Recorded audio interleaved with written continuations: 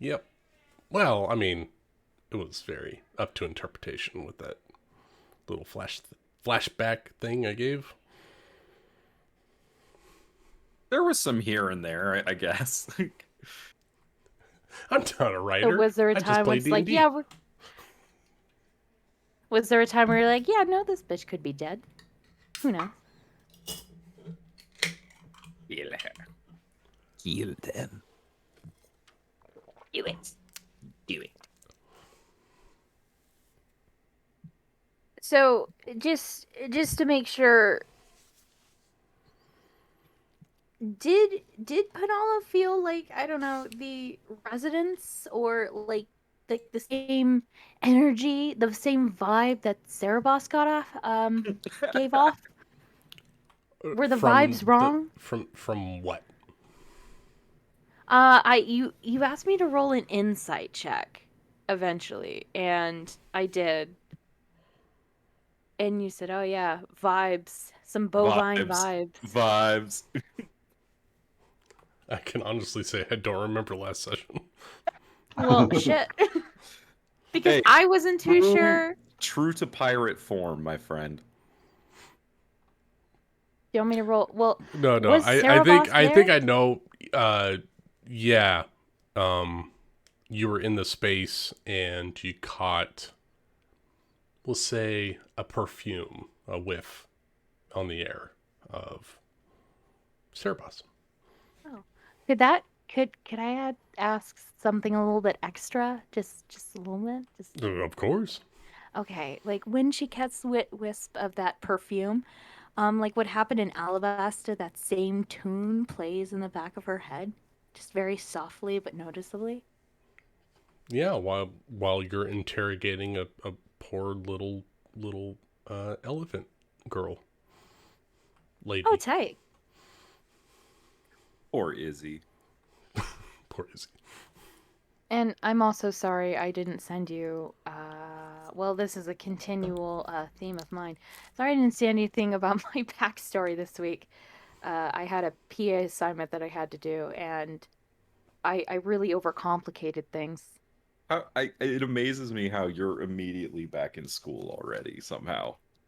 Oh yeah, that's because let me see. I graduated on set. My last class was on that Monday. I took my last final on that Tuesday. I graduated on Saturday, and then on Monday, it was my first day of my Teach Arizona, my master's class. So I have no rest because I hate myself. That Well, sucks, good for dude. you, Rachel. Thank you. And I have no summer break yet again, for 3 years in a row, which is fine. Welcome to That's what I keep. adulthood. I Yeah, know. are you I excited to go admire your or passion. something? Holy shit. I I haven't had a know. summer break in 17 years. Yeah, I haven't had one in what year is it? 22. I just meant I guess it's academic. been 11 years. I just meant academically. I haven't had a break because last semester I was an intern. The semester before that, I still count it because it was 2020 and I was a cashier working 40 hours a week. It's COVID. been 16 years since I've been out of school. Hmm. I just want to be done. I just want to be done so badly. Trust me, Because enjoy it while you're there because when you're done, it's nothing but working I know. all the time and it Unless you never get a really stops. good job that gives you like 6 weeks off a year, I, then you I gotta I'm wait. going to be a teacher. Nah, well, sorry. Well, thank So you. strive to get your summer breaks then. Well, yeah, if you don't have to get a second job. Anyways, we should keep going. I'm probably going to have to. I might see if I can maybe do something with the Unless Girl you're a Scouts over the college summer. professor, in which case you're in the clear. No, I'm not going to do that. That requires You're more getting your work and more master's, stuff might on as my. well. That's what I'm Eh. saying. Yeah. I thought I needed a PhD. No, wait. I wait. If I get a master's, I can't. Well, Please, have it's you going to seen be a. people that are teaching college? Okay. Arena. Yes. Why the I. fuck is it giving me cards I already have 4 of? Anyways, sorry I interrupted.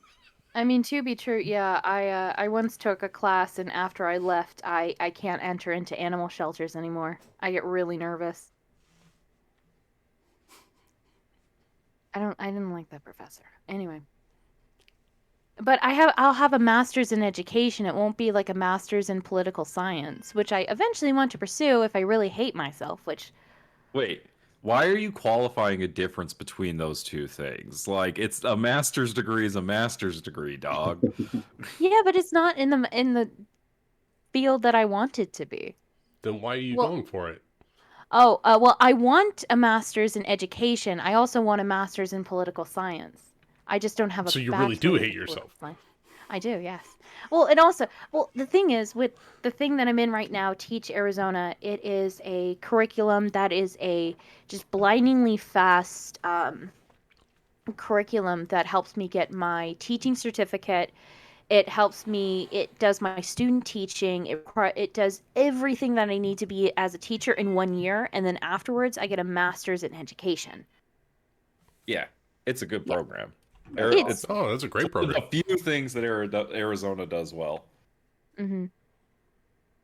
And then I got the full ride scholarship with that, so I don't have to pay for anything. I just had to pay for my books and And occasionally. then you can go be a poor person. Yes. Congratulations.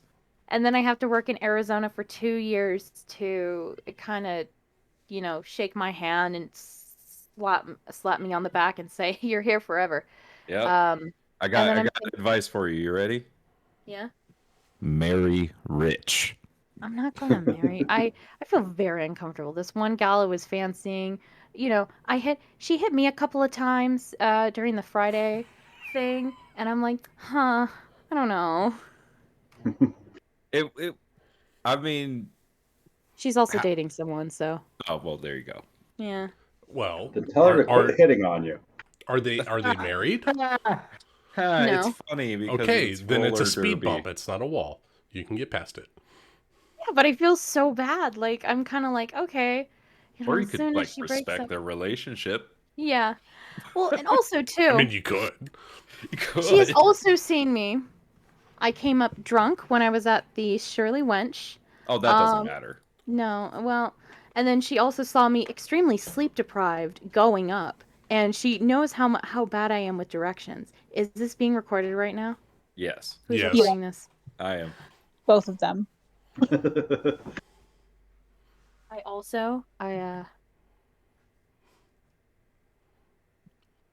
Go on. Future teacher. She bounced.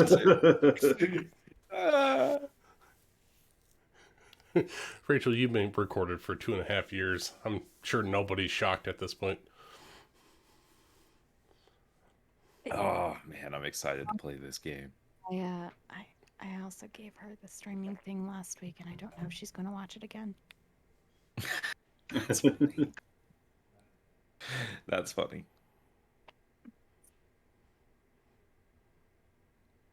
Well, it's a good thing that my skates broke.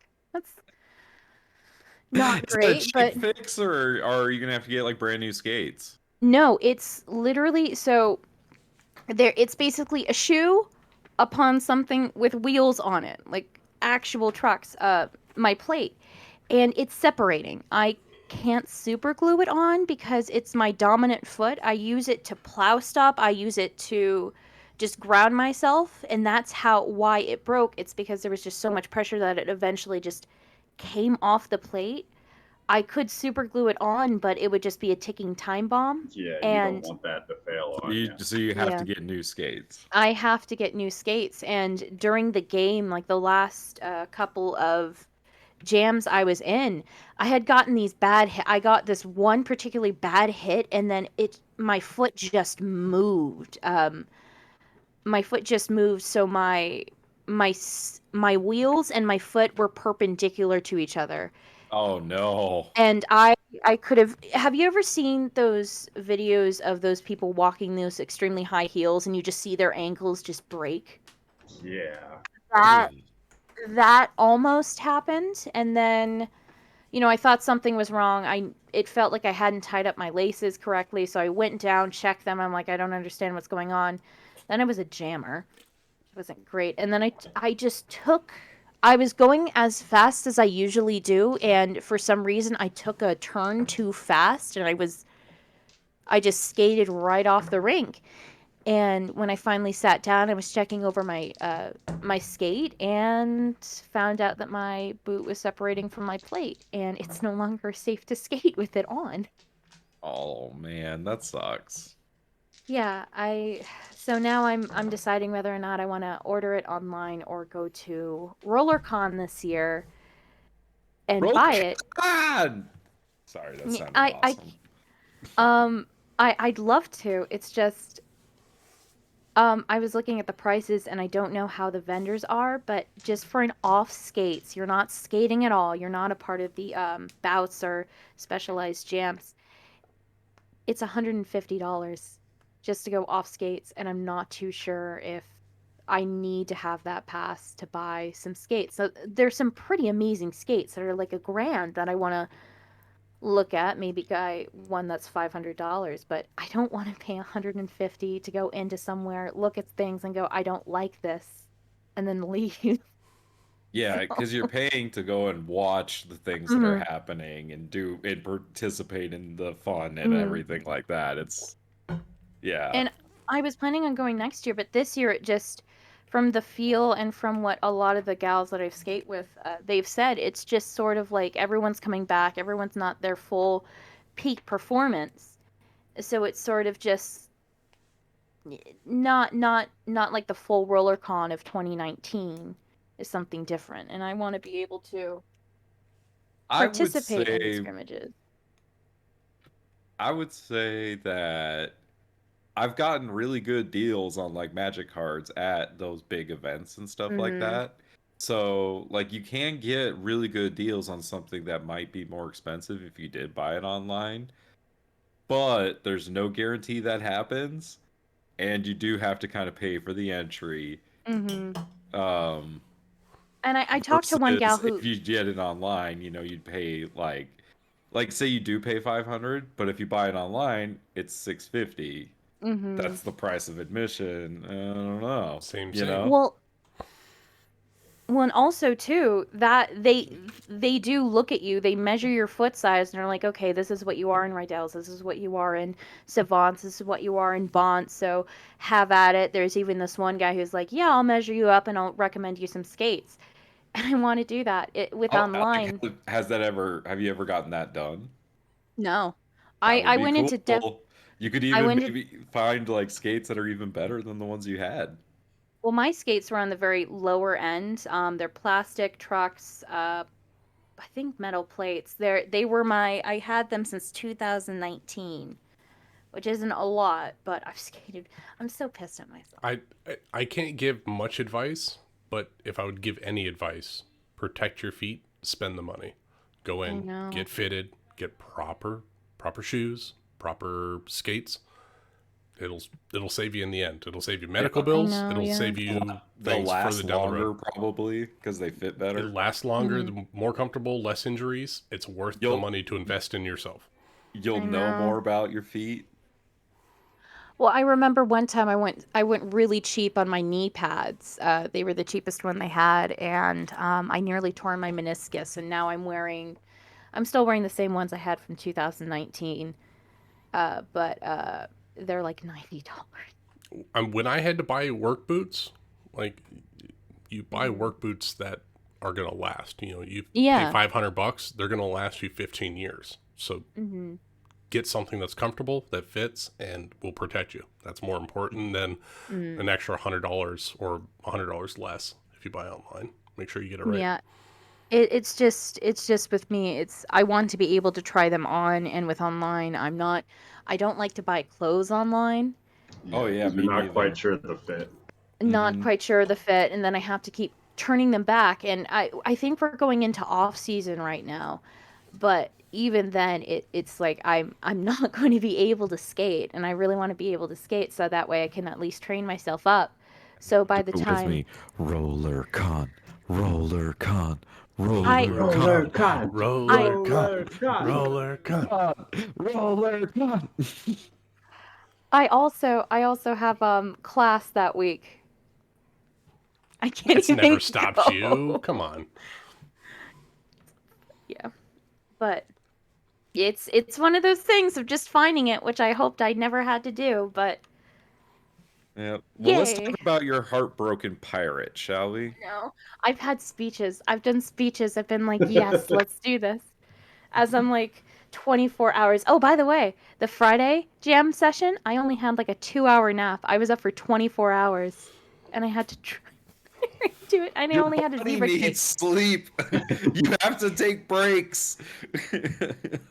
I'm a procrastinator perfectionist. That doesn't exist Oh, anyway. Real Pirates. quick before we start, I was talking to Kelsey earlier today, Rachel.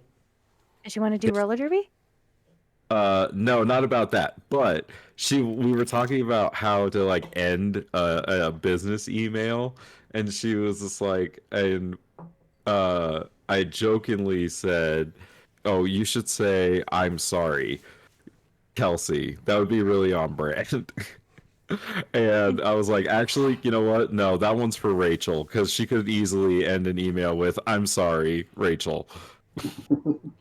I've done that before. I have a Sign lady off. at work that apologizes for questions. I'm like, you're just as smart as I am. Don't apologize to me. Yeah, she was gonna put like sorry for, or she was like gonna put thank you for being patient with me while I like turn in my application. I was like, baby, you had your interview on Friday afternoon. It's Sunday. They weren't expecting this anytime over this weekend. They gotta get it till Monday. You don't have to apologize. That's what I I was just saying. I don't was like, wanna if you waste get it this in before night. Monday, you're good. And Monday's a holiday, so you're good. Memorial Day. I really hope she's not watching this stream. Anyway, let's do this. Let's do If this. she is watching, make it good. Pirates, pirates, pirates. I All work right. out Well, with her. we're waiting on Ben, so it's gonna be a little bit. So Oh no. roll a Oh, he said- d20 for recap. Yeah, I was gonna say he said start without him. Oh, we will. Don't worry. Cheshire can't Okay. give the recap anyway. It's true. Oh no.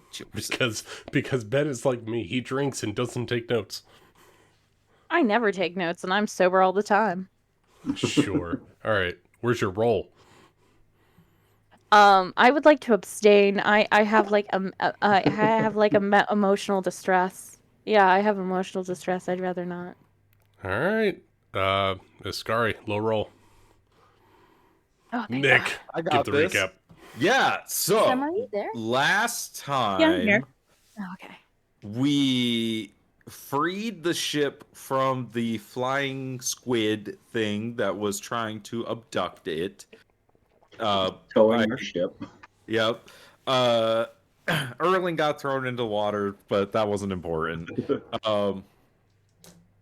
And after that, we witnessed a nuclear explosion, for lack of a better term. There was a Sounds right. mushroom cloud, right? Essentially. Giant And mushroom cloud. we learned that this came from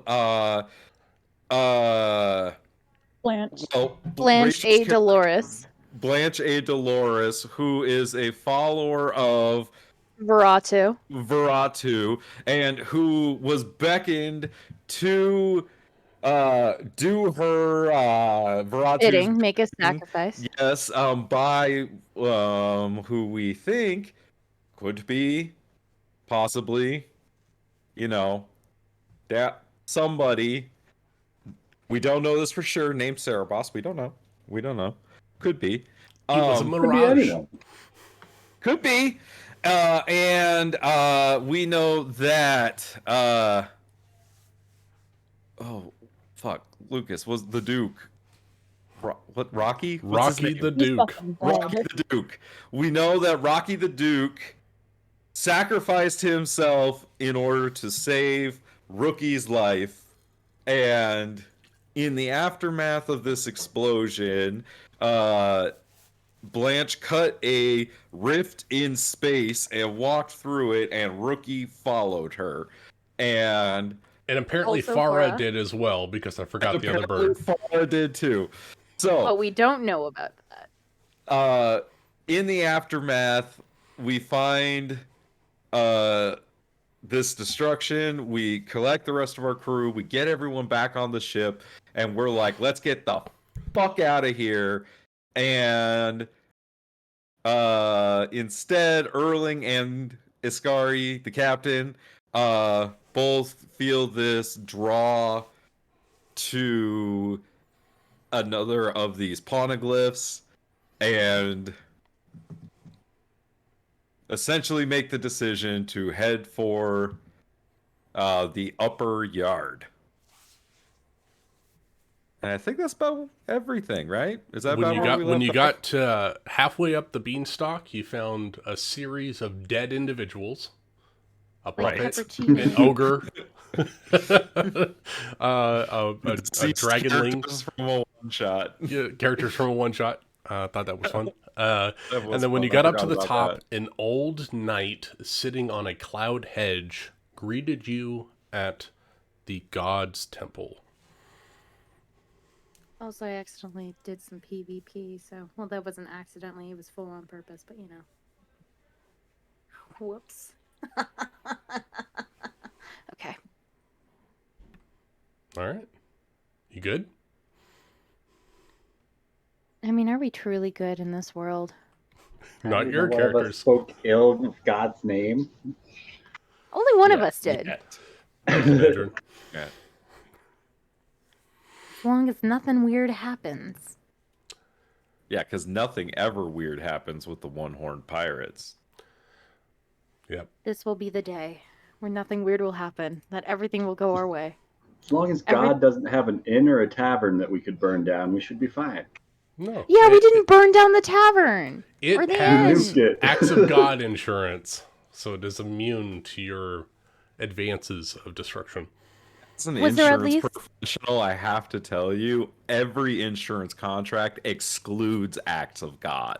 Hey! This one specifically excludes anything that's not an act of God. Damn it, Summer, that's a Insurance. good call. I did that one a while ago. That's not fair. All right. Profession jokes aside, you reach the upper yard, and you see a large, massive temple. It's like 250 feet by 350 feet long. Massive. No structure needs to be this big, but it is. And this old knight sits there, and I can actually reveal him to you now. If I can find him on my things. Yes, there it is. Show yourself.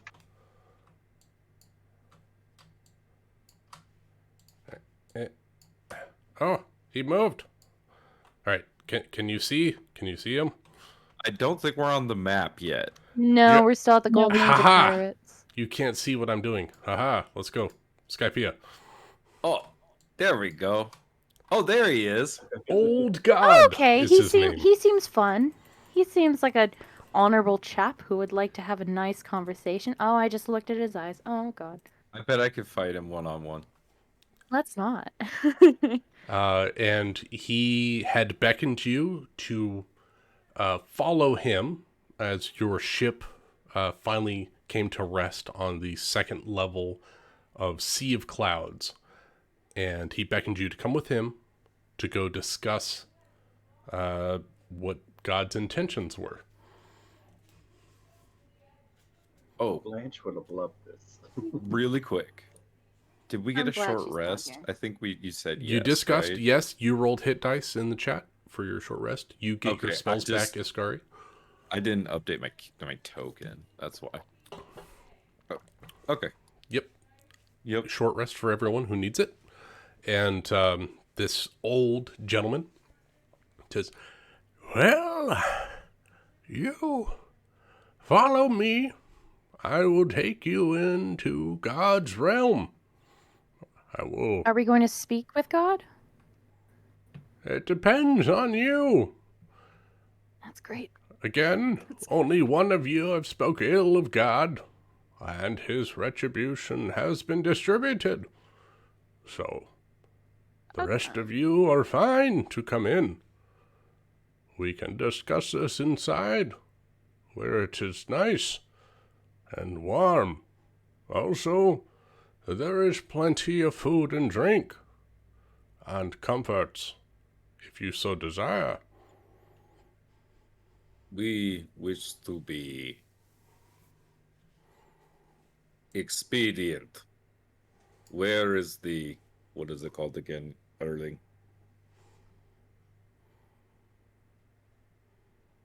Erling. Arthur Erling. I don't know what it's called. What are you referring to? The poneglyph. The blue stone, maybe, perhaps? Two sources of ancient knowledge. Where is the stone slab with the writing on it? Ah, you speak of the blue stones of knowledge. Yes, one is here, and one is not. It is Helpful. not within the temple.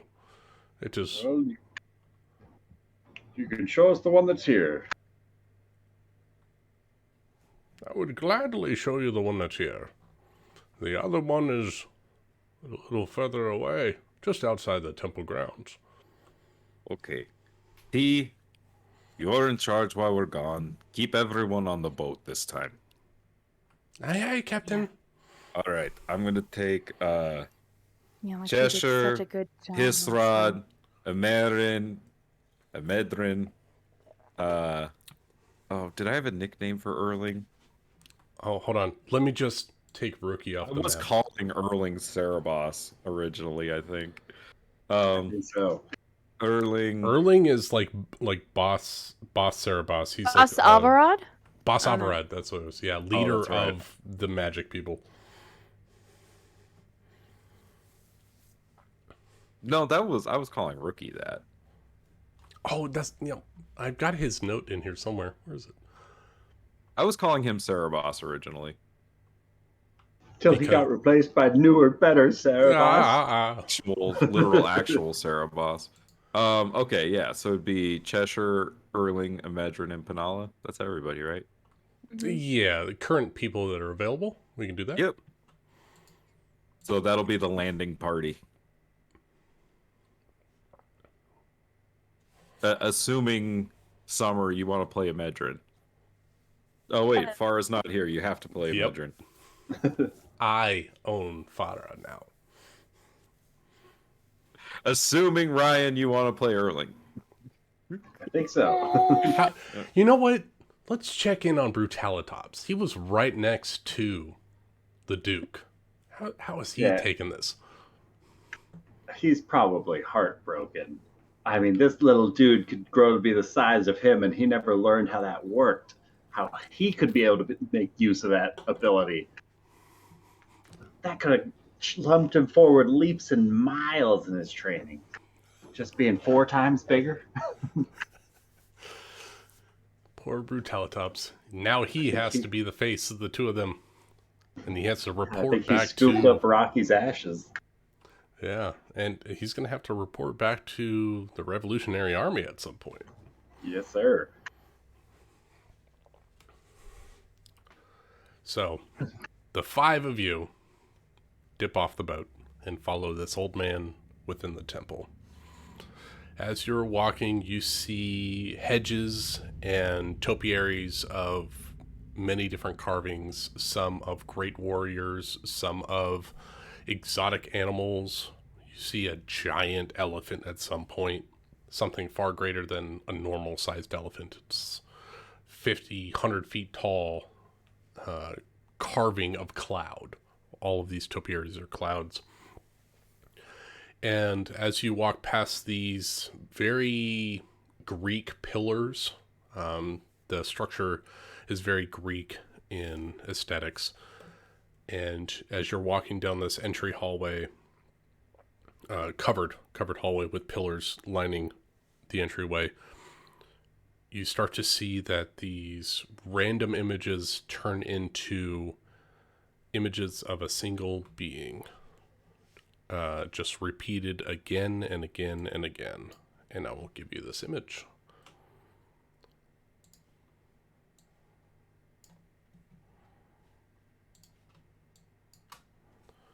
Oh no. image of this individual, long drooping earrings. He's got these drums, 5 drums placed above his head, seemingly connected to his shoulders. And he stands there in different poses, looking up into the horizon, head bowed, arms together in some form of prayer. Another form in an action pose where he's crouched on one leg extended. And it seems to go from a previous history into the current times. And as you get to the main door of the temple, you see these golden... Iskari's gonna ask the old guy, he's gonna say, so this god wasn't always the god here? No, this man came in and overthrew me. I used to watch over the people here. Wait, you're a god? Yes, my name is Old, and I used to be God. I used to watch over the people here on Skypiea. But this individual came 5, 7 years ago. And, quite frankly, he outpowered me. And he kept me around as some kind of sick muse. We might have different definitions of what a god is. Yes, well, This old We man's might as looking well just- around. Yes. Where you come from, it means something more. More elusive. More divine. Here, it's a title. It's the leader. It's the one in charge. Which is the term that the surface dwellers use? Like a governor. Or maybe a king? President. Okay, I get it. Yeah, not specifically that of holier than thou. I'm a lot less scared now. how should we address him if we ever talk to him? Address him as God Enel. No, Your Highness, just God. Just God. God Enel. Iskari, Yeah. if we ever do get an audience, do you mind if I just take the lead on talking to God so that way we can get out of here as fast as possible? Well, of I course, Histhrod, that's your job. Doesn't feel like that much of a job, but okay. Well, just wanna remember, get we're down from looking for these poneglyphs. I Yes. understand. Do we need to take it, or can we just get some paper and trace over it? We just need to find them. Great. Okay. That's good. And we don't need to take them. We just... We'll figure that out when we see it. Great. Okay. Okay, sorry. Lead on. Sure. And as he brings you in, I don't have Cheshire stats anywhere. I don't know what his passives are. So as you walk in, Emedrin is the only one that hears this. There's a crack of lightning across the sky, and in the thunderous boom, you hear what you think is laughter. Fun. But everyone else just hears lightning crack across the sky and then thunder pounding afterwards. He escorts you into this giant structure, and within you can see that there are pedestals that once held artifacts that were precious to the society down below. You would Cheshire think- has an 18 passive perception. Okay, yeah. To notice laughter on the wind, it was higher than that. Thank you very much. You got it. I gotta add him to my little sticky note here. Hold on one second.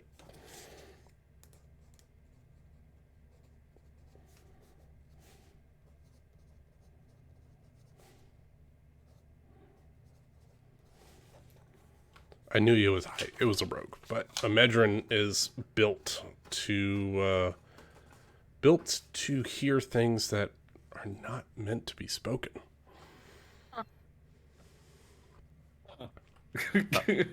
What? You make him sound so much creepier than he actually is. I He's don't a know. creepy He's pretty bloke. creepy. He's pretty creepy. So as you walk in this entry pedestal, it opens up into this, like I said, very Greek building. So within it, there are statues of larger than life beings that used to be gods. You actually see that there is a statue that has been defaced, but it appears to be similar to the gentleman that is escorting you through this building. And then also, so those are on like the furthest of the walls, closer to the center walkway. You see smaller pedestals that would house artifacts. And you see that these artifacts are missing.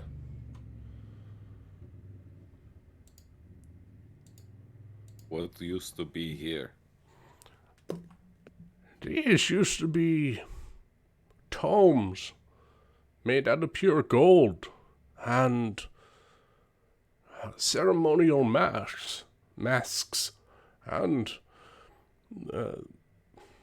armors and weapons and just historical items to our culture.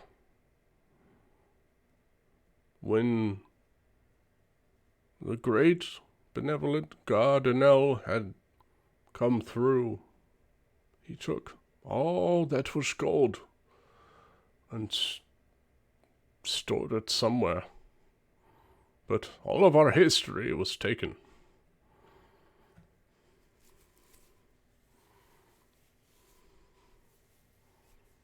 So when would God sounds like a tyrant. There's so much misery in this place. Well, maybe that's not his prerogative. Maybe he's just trying to protect something bigger than whatever's down there. Can we continue on, please? We don't have to be here as long as possible. We don't have to be problem solvers, okay? Very well. He takes you down this long corridor where you just see these empty pillars, empty plaques lining the walls, defaced deities that generations back, you could look, it's maybe 10, 12 generations back, of leaders that have been defiled. He takes a left and he brings you down another hallway. And this hallway is just kind of lined with sporadic doors. After 3 or 4 doors, he takes a right and he opens this door and beckons you all in. Please, if you would. This is the guest chamber of God's temple. How long would we need to be in here before we can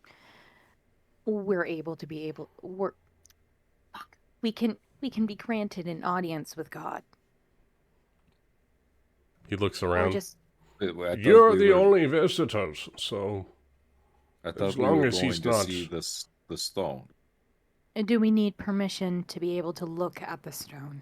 Would God find it acceptable, or do we need his permission? God does not care about the stone. The stone is a deep, rich history of the people. He doesn't care. As far as Would he I'm care? concerned, it's free game if you would like to go look at it. Should we ask for permission first before we go? Because we do not want to tread where we're not supposed to. We want to be honorable guests right now and leave as fast as possible.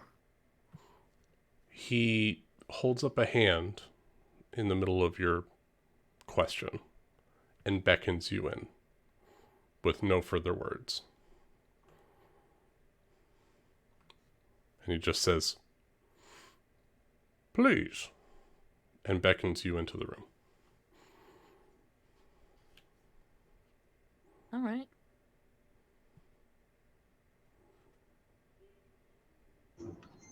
all enter.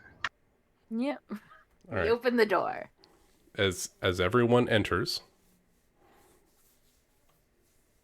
Oh, are you writing down your names, Nick? I had him on my character sheet on D&D or on Roll20. Boss Cerebos, right? That means that he's the leader of the. It means he's a Oh, non. Cerebos. It Oh, means right, he's a boss. Non-Kunari Cerebos. That's right. Non-Kunari magic wielder is the boss Cerebos. So as you all enter the room, old God, steps into the room with you and closes the door. And as you all look around, there is a lavish table set up with exquisite meal laid out. There are elegantly carved mahogany chairs that seem oh so inviting to sit in, just laid out around this room, very casual. But the keenest of eyes, let's see here, Medrin and Erling, you noticed that just ever so faintly pressed into the wall is that of brass netting or a brass cloth embedded in the walls. You two would know that this is a Faraday cage. This blocks any outside transmissions. It is a clean talking space. And he has brought you here so that way you might not be heard from the outside.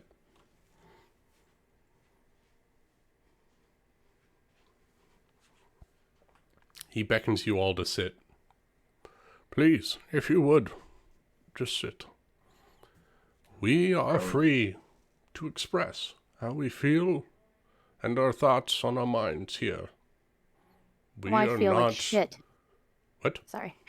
No, You're free to Penelope shit. says she feels There's a like pot in the corner.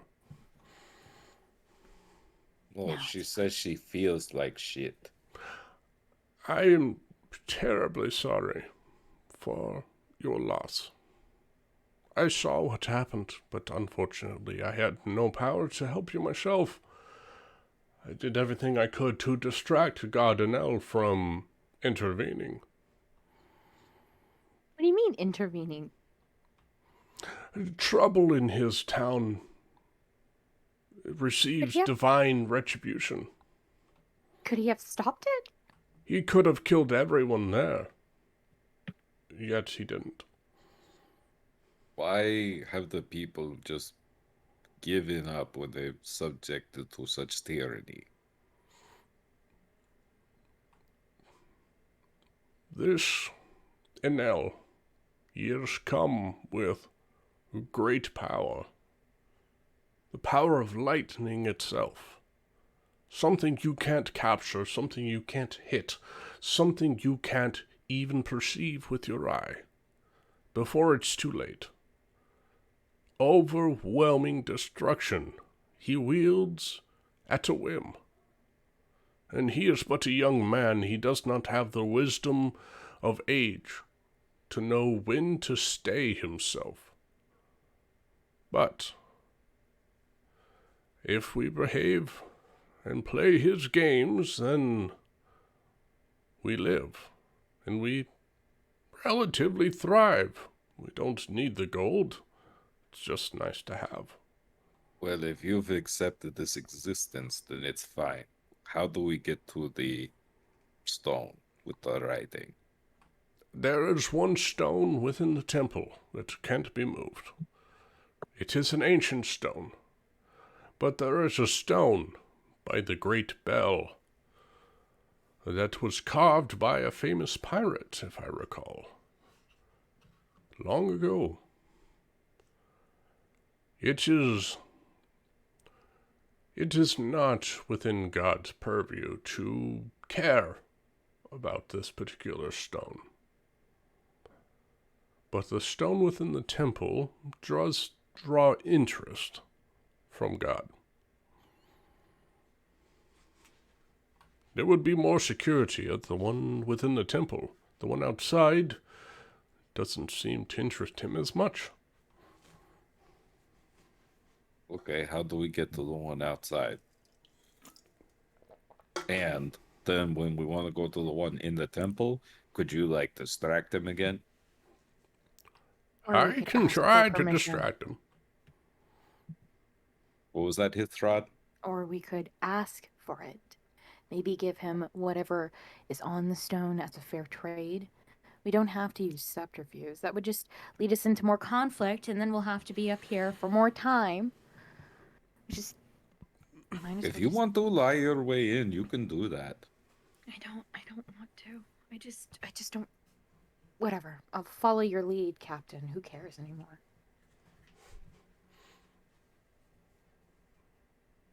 She's recently felt a loss. She's in a bit of a bad mood. I understand. I have felt a loss too. Unfortunately, all those that had allied themselves with Enel, they were my people too. I know that you all did what you had to do, but I felt loss as well. Each one was like a child to me. I watched them grow their wings and soar across the clouds. I understand. As far as getting to the stone outside the temple's boundaries, that's easy enough. God can hear what you're saying. He can hear footsteps, but he does not know where they go. And if you're quiet, he will not know that you're passing from the temple to the stone. As far as the one within the building, I might be able to provide some form of distraction, as his priests are lavishing in their glories and riches here in the temple. Maybe I can persuade the priests to move on to investigate another ne'er-do-well down in the lower yard.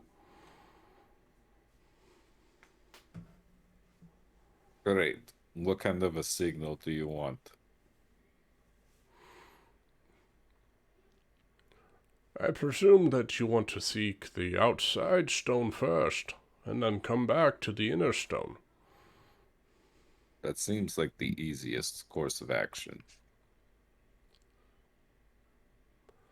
Well, as long as you can move quietly enough. Whatever message you feel is right, I'll understand. Nothing happens up here that's not lightning and damnation. So as long as it's not that, I'll know that you're ready to come in, and I'll cause a scene. You know, this seemed like such a nice place when we got here. I don't think I like it anymore. It's a wonderful place, and these are beautiful people. It's just that, for some reason, this man, he showed up and I think he was chasing the gold. He was chasing the city of gold, as it were. We had gold as far as the eye can see. We have a temple. We had a temple fully built of gold. Every brick. At least 400 feet tall. 500 feet at the base in every direction. Every brick gold. But he has taken it. Some of it he sent away. Some of it he kept for his own machinations. Though I do not know what he is building with this gold, but with his lightning abilities, he's able to melt it. And he could make anything if he wanted to. But we are peaceful people. We just want to exist and thrive. War is not suited to us. I can respect people that have learned to accept their place in life. You seem to not have accepted yours. And Iskari's gonna walk out of the room. He just nods. I still fight the fight for my people. I can't let them be exterminated by a tyrant. As everyone else walks out, he gives someone directions. You know, head out this direction, 300 yards past the outer perimeter of the temple, you'll find a grove, and within that grove, you'll find the standing stone.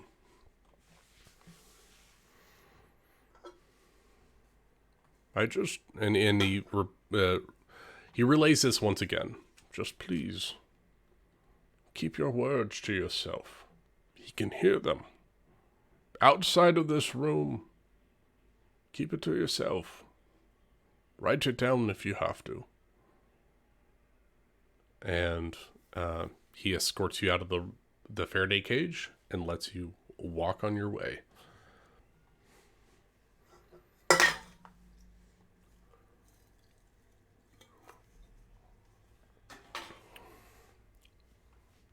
And I assume the party heads out to this stone? Yeah, Yep. we start following Yep. these directions. Follow a Medrin to the place. He's the ranger. We're gonna let him ranger. You're gonna let me ranger?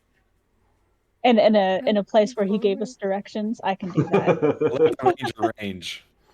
Go, Yeah, go, that's- Power that's- Ranger. That's Power Ranger. Imagine is actually free range, thank you. Go, go Free free range. ranger. Not obese. Speaking of free range, go ahead and give me a wisdom saving throw, please. Everyone? Just a Medrin. Just me. What? How would a dirty 20? Oh, yeah. You're able to block out the static that is out in the space. There's an electrical hum.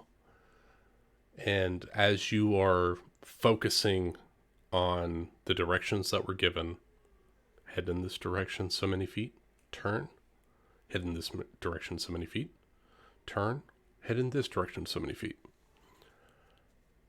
You're able to just block out everything and focus on your goal.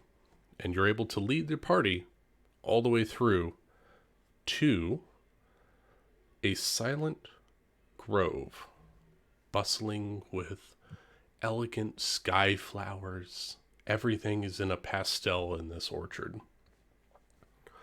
You walk through just this like rolling hill outside of the clouds.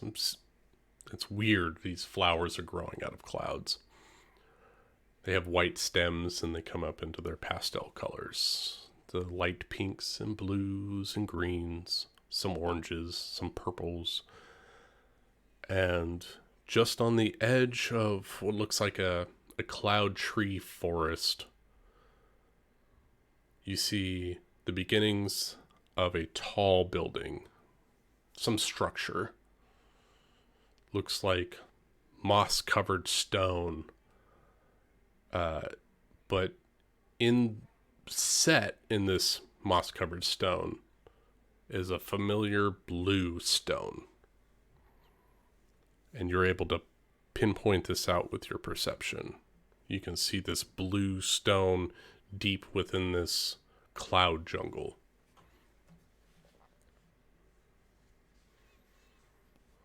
Is that what we're looking for? A blue stone? And That he'll is like what you're looking for. try to point it out to Iskari.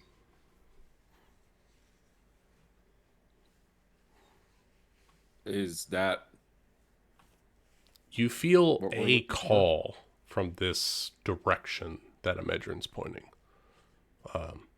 like a voice in the back of your head speaking Qun. Imagine you feel this as well. Oh. Medrin or Erling? Sorry, Erling. E-names, Erling. The two that can read it. Guess Askari's gonna walk over to it. I think that's it. All right, the two of you walk towards this blue stone. You brush aside some of the long vines that have grown over this blue stone. And you see... Make me a history check, the two of you. Sure. Can I aid Erling? You can aid Erling, yeah. Good. I'll take Oh. it. Because I have a -2 to this roll. Yeah, I know. How about a Yay. 15? Erling, you notice this isn't like the stone that you found on Gold Island all those months ago, back on the East Blue. The script on this stone is rougher, not as refined. And you see that it is written,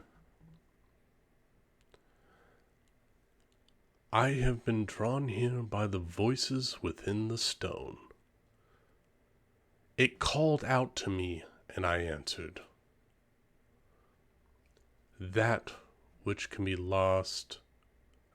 that which is lost can be found again at the end of all things, in the center of the open hands of the behemoths." And just below this script that is written out, you see a single name signed. Goldie Roger. I think I cut out. I got that which is lost can be found again.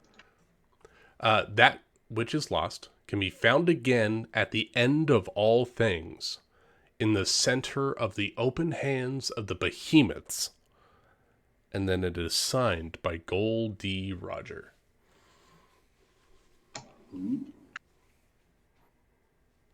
Erling, the only thing I don't understand is this last bit. What is this? Gold D. Roger. If I'm not mistaken, he's the one who hid the One Piece. Oh, the one you were talking about. Your king of pirates. Yes. The Endnol treasure. Oh, so this is good. This is where the book is. It would seem that it's in the hands of some behemoths. Giants? Maybe metaphorical behemoths, or perhaps literal. Well, I've seen a literal giant before. Have you? Rocky got rather large at one time. No, I mean like the actual giants. You know, from the old times. I've seen some depictions in some texts that I've read. I'm fairly accurate and well aware of just how large giants can be.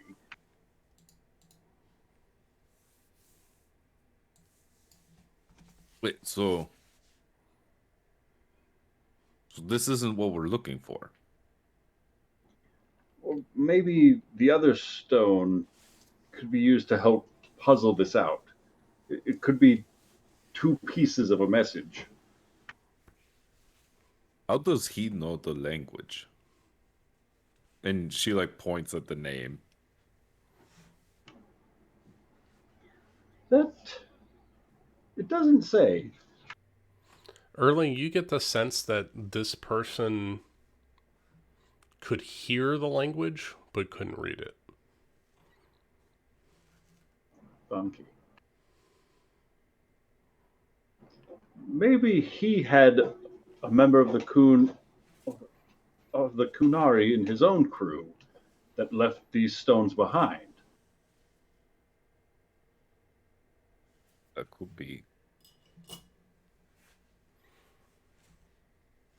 It is true that if the Book of Kasloon is in this treasure hoard, that he had access to that kind of knowledge. There we go. Finally, some good news around here.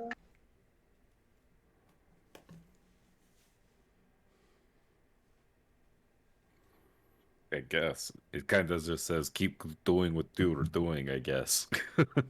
But now we're looking for behemoths at the end of all things. What do you suppose that means? Oh, I haven't the faintest. But I would imagine somewhere towards the edges of the known maps.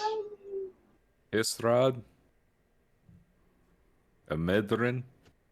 What do you think?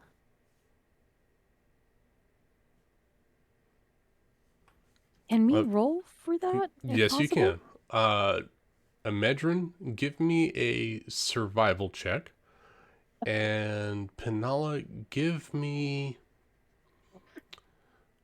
a persuasion check to see if you have talked it out of somebody at some point.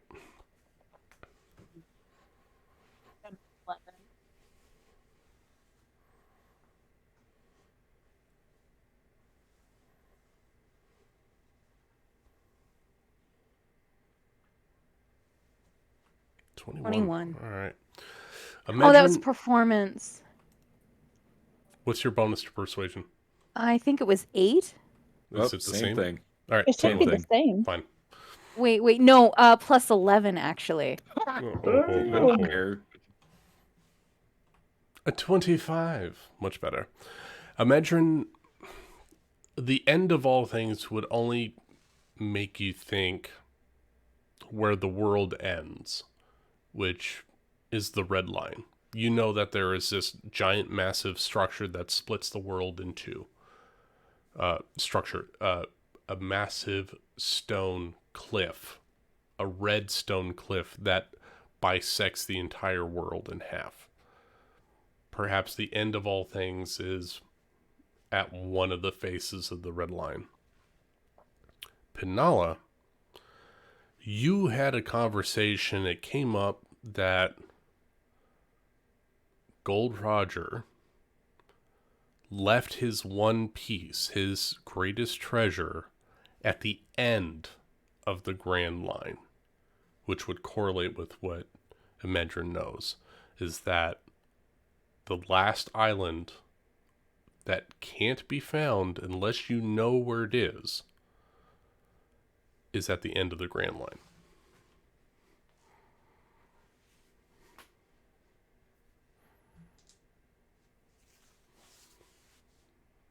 Yeah, when I was traveling alone for a bit, I got into a drunken conversation with this little, I don't know, marine innkeeper. They all just run together during that time, and well, it's at the end of it's at the end of the Grand Line, end of the world, essentially.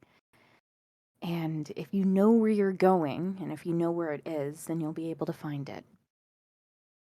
I think I even heard a song or two about it. I just So then don't this know. is his way of telling us where to go. Hey, we found something. That's great. Why don't you seem excited, Histrat? Are you serious? Oh, I forgot. I'm sorry. Oh, no, it's fine. It's not like, our navigator is gone, Oh, silly me. How could you have forgotten? I'm so sorry that you didn't make that much of an impact. Have you Look. recovered a long pose yet, Penala? No, I haven't. Look, Histrat. She made the choice to go in there. Right? I don't know. I don't know. That's what people say, but I don't understand why she would go there. I saw her fly up and above, and I decided to start tying knots, and I should have followed her. It was just this one little voice inside of my head that goes, "Why don't you follow Rookie?" And I didn't, and she's gone, and it's my fault. So, are we done here? It wasn't your fault. It is. She made the choice to go Hisrad. You didn't. You made the choice to help your crew. But you didn't need my help. All I did was tie a bunch of stupid knots and talk to a stupid shrimp. That's all I did. That's usually all I do in these fights. I'm usually What would back you have behind done there. if you were not- right next to Hisrad? I don't know. Get her out of there? Shout something? I don't know. I don't know. Okay, well, think of it this way. What are we gonna do to get the Rookie? Get the hell off of here and then just start going to wherever Erling and Amedrin said. Great. Why don't you help focus on us doing that part instead of freaking out?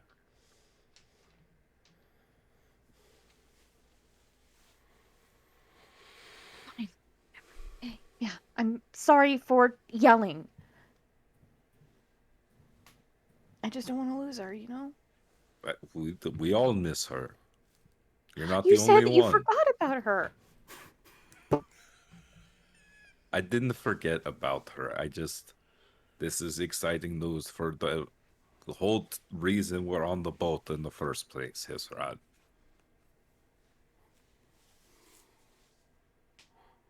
Sorry, what was that? Just finding this stone it's the first thing that's really led us in the right direction since we've been on the boat. I know, and I know it's in your language, and yeah. I'm sorry. I'm really sorry. I'm sorry. Oh, And Iskari's gonna lean in and say, and don't forget who's listening. yeah. Mm-hmm. Crack Okay. of lightning across the sky. That's not good. We didn't do anything wrong. Let's just get back to the palace and I don't know, do something else.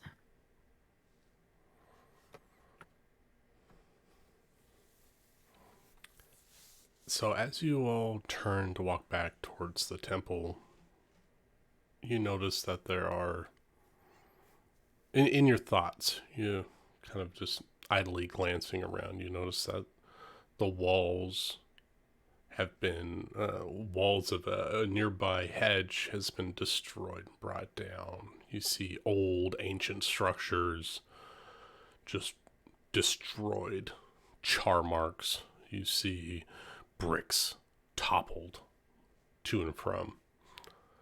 And what you would presume was a beautiful place at one point is now just a battlefield around a single structure, this main temple that's in the god's realm, as it were.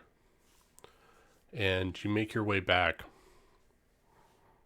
Not much time has passed, and Old God is standing there within the halls waiting. Just patiently, like a stalwart knight. Just waiting for some signal. Iskari's going to say, "It's time, old man." Understood. I hope you found what you were looking for outside the temple. I will do my best to distract the guards. I can't make any promises, though. They are vain people. I could maybe give them a performance or something. Entertain them. They haven't been entertained in quite a while, besides seeing what God's destruction does on a body, I'm sure that would be a welcome distraction for them. Yeah. Yeah, I can join you. I know a couple of songs, that aren't. I'll help you along with that. All right. Well, if you would all just follow me, I will take you to the archives of the temple. And you all proceed to follow the old god through the temple. And he takes you down a couple of stairs, through the main hallway, down a couple of stairs, and you get down to a lower level. And you see that this is kind of a pigsty of an area. There's cushions that are laid out, half-eaten food thrown across the floor. You see goblets of various different liquids, some spilt, some half-drinking on a table. Very loungy in its layout. So there's like a table in the center of this room and then cushions all around and just a pigsty of a space. Oh, so this god is a heathenist. No, he's not. He prefers a more clean aesthetic. That's why he doesn't stay within the temple. He left the temple to its guards.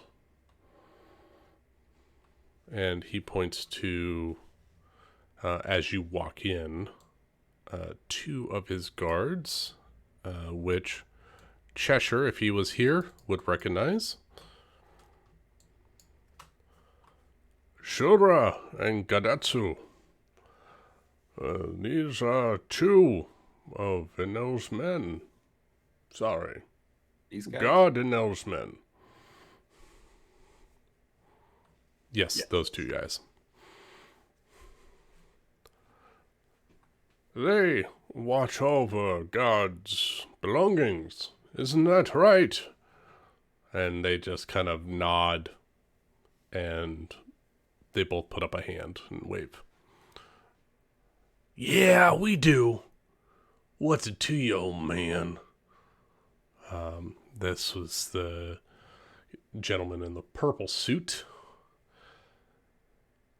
And the guy in the orange suit is like, yeah, we're here to do what God says, sure.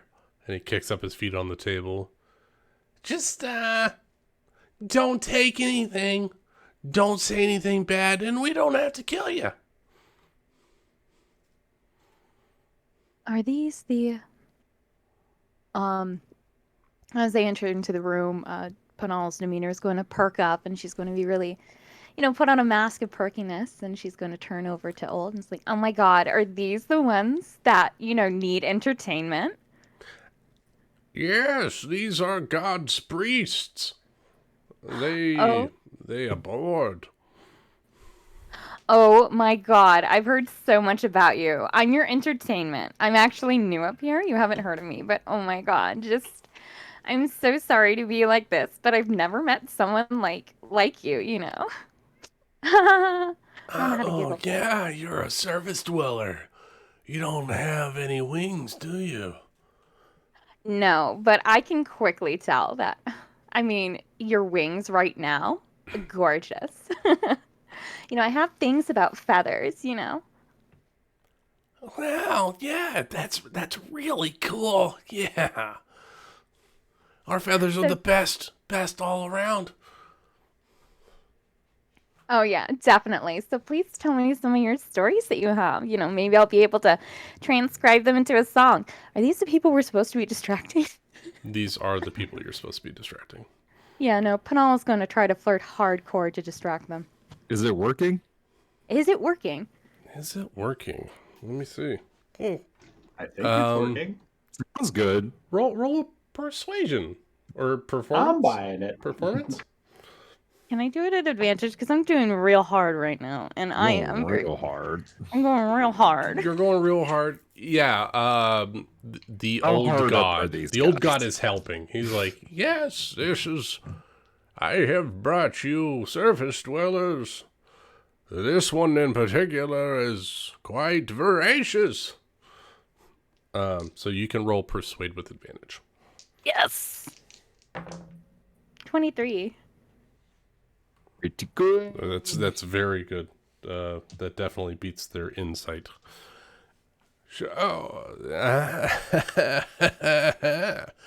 So, what's a surface dweller like you doing up in a sky place like this?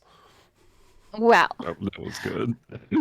I don't want to burst your bubble, but like I want to make a story and, just be like well known down there. And so when I got up here, I heard, about God and everything and about his priests. So I just decided to do a little looky-loo and oh my God, you're meeting all my expectations right now. A lot of them.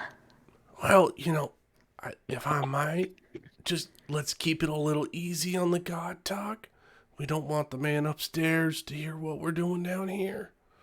No, of course not. And she's going to lean. Where are his hands? Just like his pose, he's got his arms crossed really wide in a weird stance, like he's trying to be cool. Yeah, she'll like kind of brush his hands, or I don't know. She'll brush his hands, just like, oh yeah, no, of course, Nice. Hey, I like you. You're nice. I like you, Poe. No problem. Ascari, I'd like to. distract yourself. I'll show you some of my songs that I have to like, like show you a nice little good time. Obviously not too much. I just wanna. I would really like a song because the last song I heard was a man getting fried by lightning. And I tell you what, he didn't sing it on key. No, he didn't. Oh, so is there any like good room with acoustics? Because right now they're just not that good. I don't know how to giggle. Can Ascari like motion for Cheshire to like sneak away and go find the stone? Yeah, Cheshire can do So that. like shoo him away. Yeah, I rolled a 17 plus for Cheshire. Yeah, he dips out. Yeah, these two priests get up and they say, yeah, hey, look, we got a room over here and nobody will be able to hear us from inside. So the acoustics are very good because they perform just perfectly within the room. So That's if you nice. want to go over there, Oh yeah, no, totally. What's in this room? Just kind of like scoping out the scene, you open up the room and it is Please no, please. it is acoustically treated. Oh, thank God. There are like egg crate foams on the walls. So and there's like a very shaggy carpet on the ground, and there's some very plush chairs that absorb sound within this room. Yeah. So this is where we make, and he puts in air quotes, God's announcements to the people down below. And, it has to be like studio quality sound. So this would be like the perfect place for you to perform because it's just pure performance and no extra noise. Oh dang! Can you hear anything outside? No, it is like completely silent. Oh my God, that's so interesting. You were so smart. What about you? What's his name? What's the orange dude's name? You got They just- Gadatsu and Shura, Who's been talking with me? both of them. I got okay. one voice for both of them. I don't know. You pick which one was which. Oh my God, that's like so funny. You're so funny. I don't know how to giggle. All right, so you lead them into the room, and they close the door. Second Aw. that door is closed, the rest of us jump into action. All right, you're into action. Buddy. Oh, We search around for the stone we're looking Find for. that stone. All right. I'm gonna have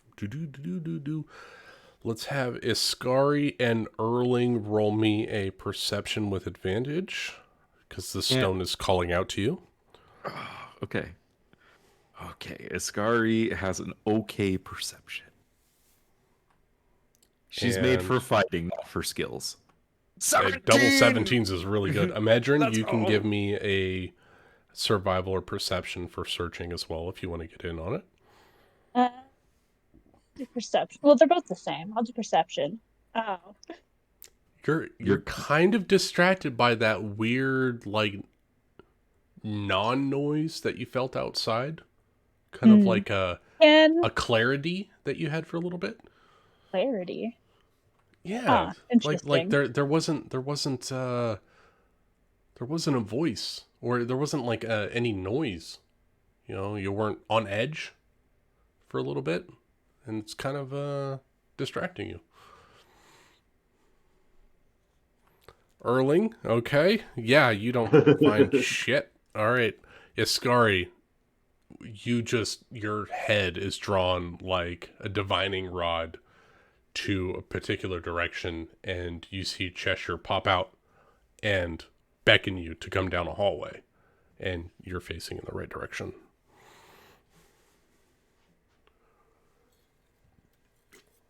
All right. It's over there. I don't see it. Oh, Chester's over there. He says go that way. How can you see Cheshire? Yeah, He, you don't see he Cheshire. popped up, and then I saw him, and he went this way, and Issa Oh my followed him down heavens! this I thought hall. that was Shadow. We My really gotta heavens, get, that was a shadow. we really gotta get your eyes checked. It's these goggles of night vision. There was a smudge on the lens. So he beckons you down this hallway, and you all chase after him. Amedrin, you look a little distracted. You okay? Sorry. Yes, I thought I heard something. I don't think there's anything there, though. There's usually not.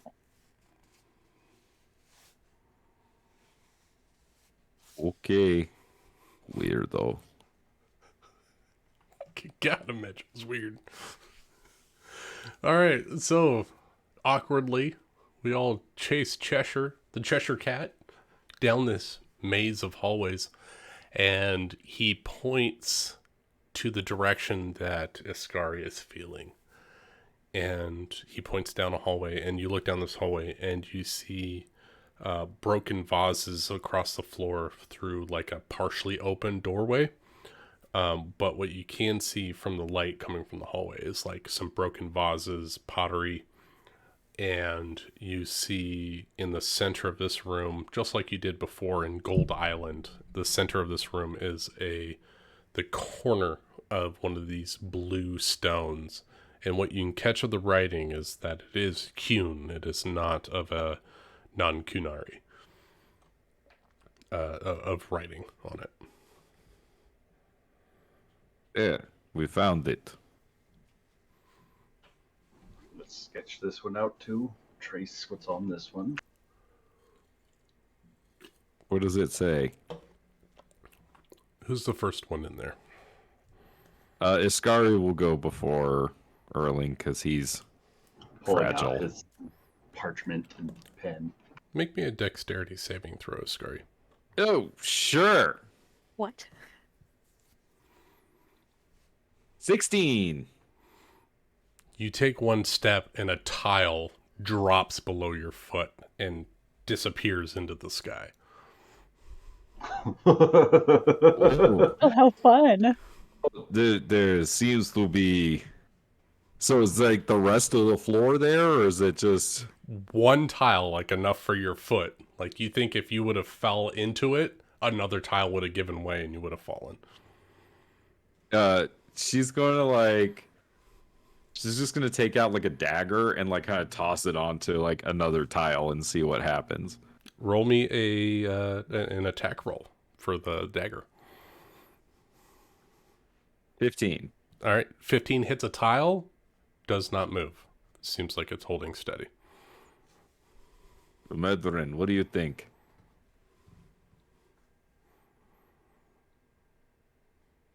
Is there anything like on the walls or anything around that would indicate maybe a pattern, like nearby? Roll me a survival check. You know, I'm gonna use my actual dice because D&D That's Beyond's okay. doing me dirty. How is a 24? 24 is really good. You look around and your stomach drops. There is no pattern to what's going on here. It is simply erosion of time. Okay. But you do think that you can navigate a way through it. Sweet, let's do it. I'm not going to make you roll for it because you rolled really well. So, Medrin is able to pinpoint the strongest tiles in this layout for you all to dance across to get to a solid point within this room. And you notice that one person slips and another tile drops out. But you're able to catch them and pull them back up. And then everyone is standing right on the edge, face to face, basically touching this blue stone. And it's just right there in front of you in the center of this room. And you hear from behind you the whistling of the sky blowing through the empty holes of the floor. Oh, that's unsettling. Almost deafening you in this space because you're trying, Iskari and Erling are trying to hear words that are not spoken, but you hear like sky, right? Like you're in a plane coming up through the floor.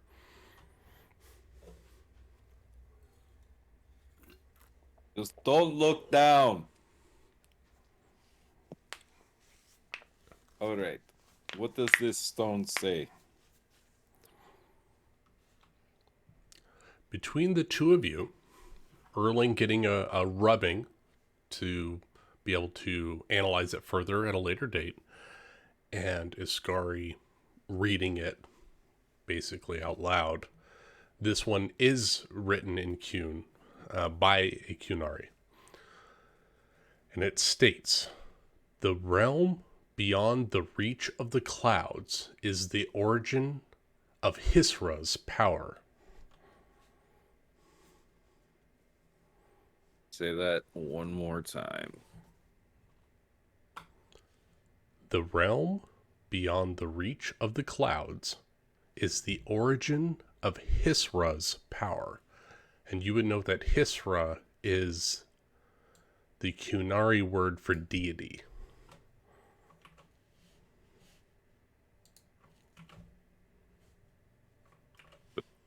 This doesn't make sense. Okay, wait, hold on a second. Okay. Erling. This word here. Yes, I'm afraid I don't recognize that one. Well, that's because we don't use it. It means deity or god, but we don't use It means a that word. non-Qunari deity.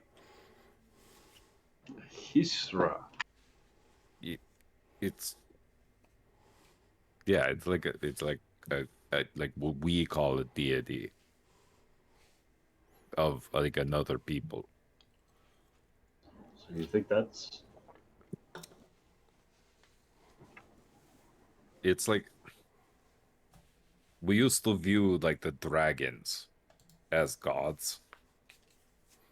Hisras. but what is the realm beyond the reach of the clouds? What is beyond the clouds? Up here? I think that's what's up the beanstalk. Aren't we at the top of it? I forget. Did we climb the beanstalk, or are we still You're at on the Sky top of the Island? beanstalk.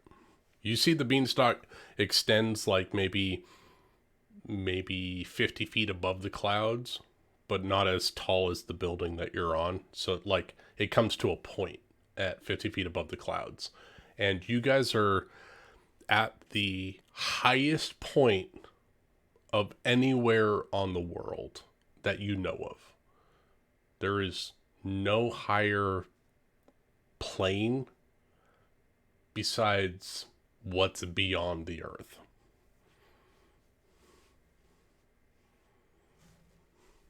You think it means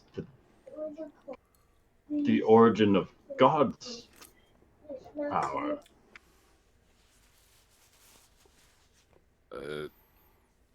Like, maybe.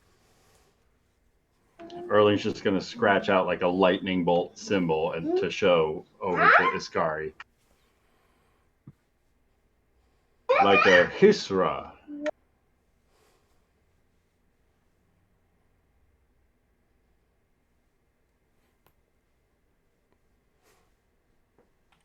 Because she can't read. No, I get what you. Symbolism. I understand what you're getting at, but why would? But this isn't this one, because we learned when we came down that hallway. Remember that he's new, so that this is old. So, what? Who is this talking about?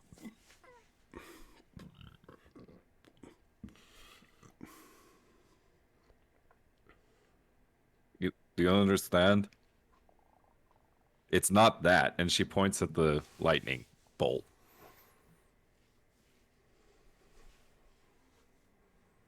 Did any of the other stones reference any being or deities or the like? No.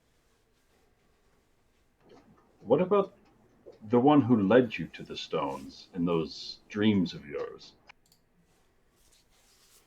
A woman. It's all a human woman. Maybe her powers came from somewhere.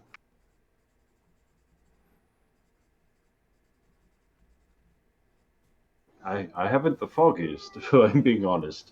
I'm grasping at straws.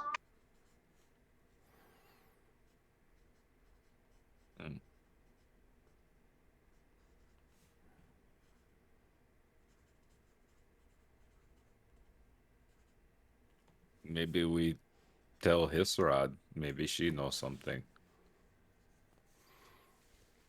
It's worth a shot. Maybe she's heard something. Amedrin, you got anything?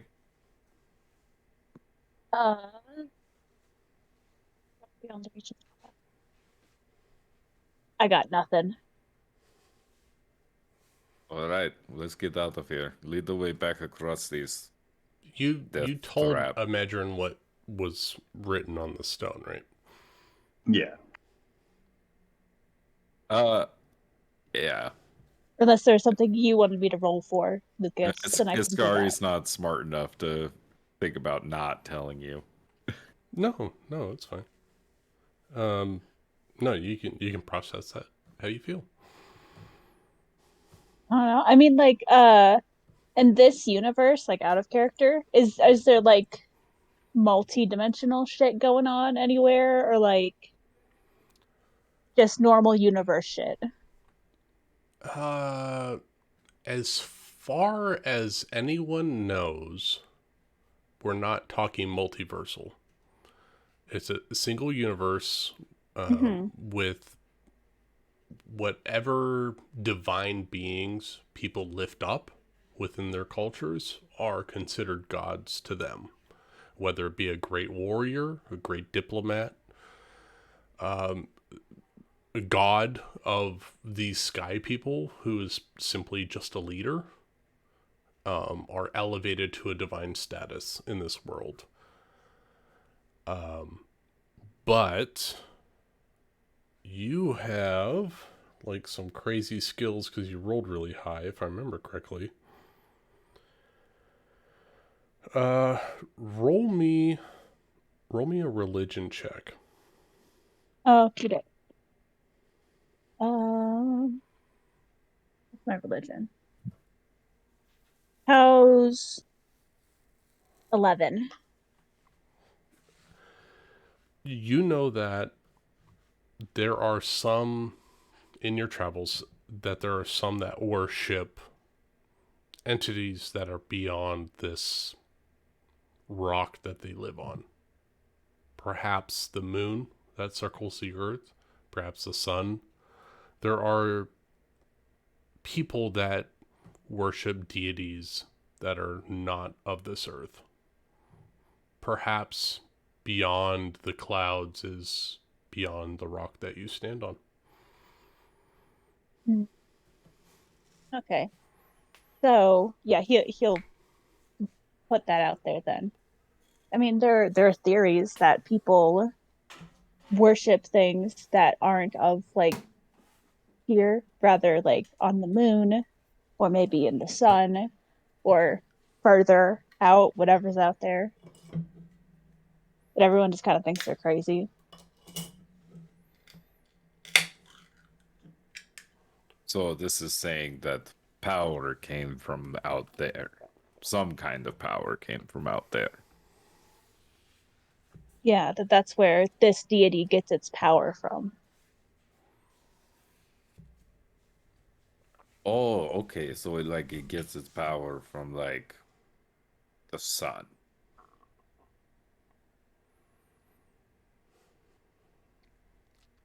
Or something like that, probably. That makes sense. That's a good interpretation.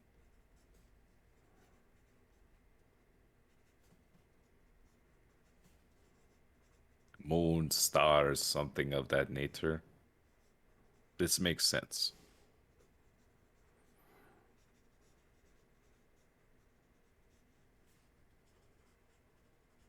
Okay. So we got what we came for. Yeah. Now let's pass into the soundproofed room of the broadcast center. Penala, what are you doing in this room? She'll pull up like. Is there like a little stool that she can push as far away from them as possible while they're still looking at her? Yeah, this is like a radio broadcast studio.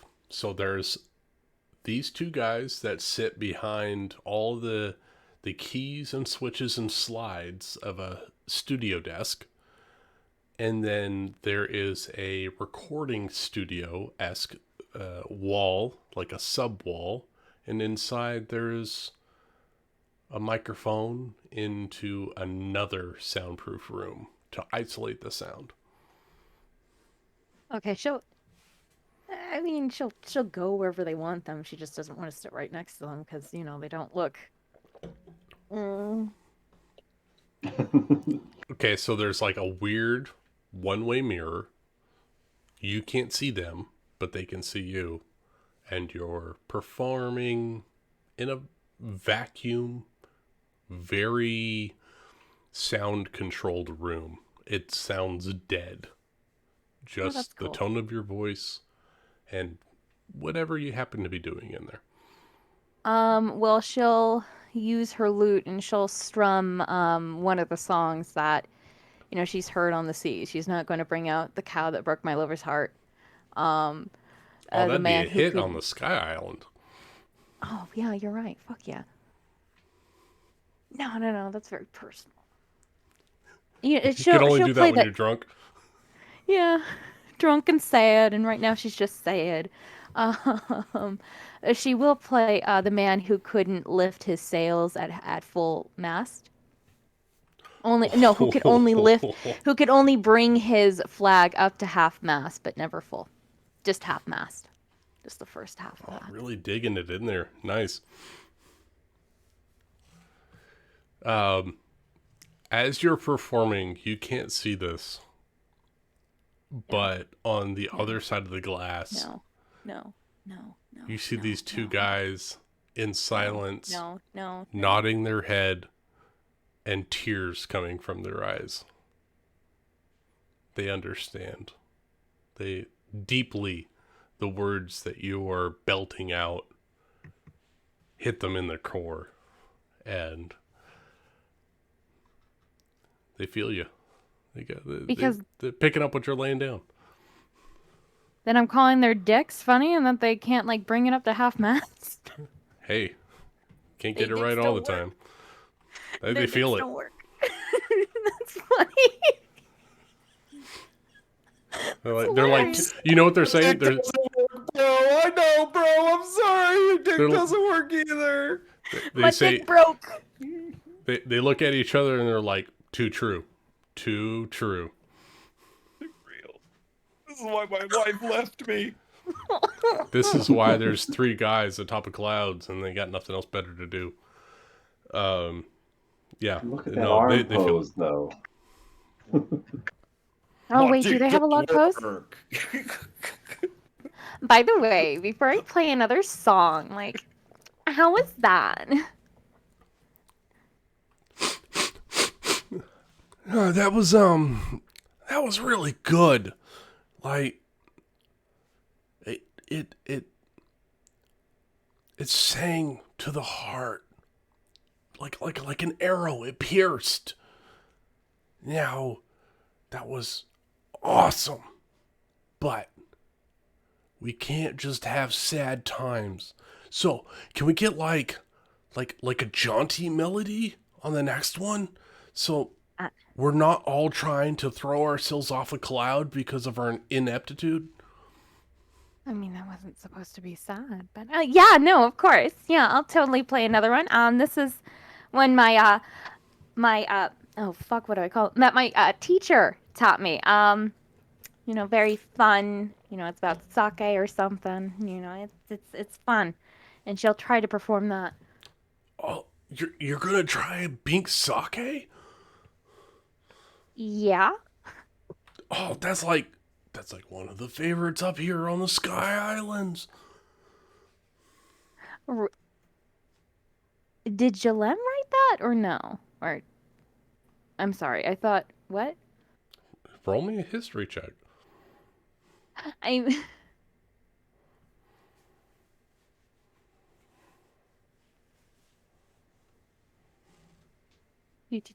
Sorry, my browser closed, so I gotta. How's my quote unquote flirting? Because I'm just You did letting this great. voice carry me. Thank you. Oh no, they're having a blast. Are they enamored? Are they enthralled?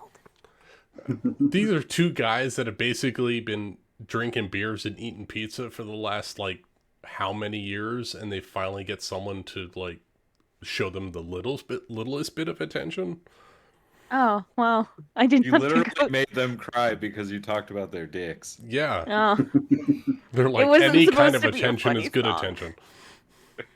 so literally, I could have just been like, "Hey, guy," and patted him on the shoulder, and he would have been like, Probably. So sad and pathetic. They're a couple of lackeys to God. What do you expect? "Oh, History 13 history. You have heard Jalem sing this song before, but you don't know if it's his song. But it is a famous song, and they recognize it. And they say, "Oh, I can't wait to hear your version of this song because I've only heard it from the Discordant Prince." he's the discordant prince." Like, tell me a little bit about them because you know you're so smart and everything. I don't know how to giggle. All I know is that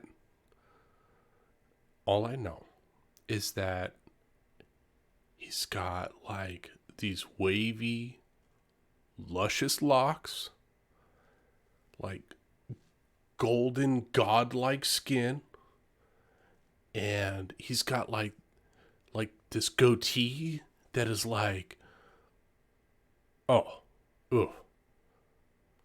It is so debonair.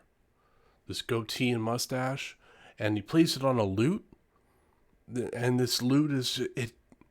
It seems like he's not even playing it, but it strums itself and it sings the most beautiful melody ever.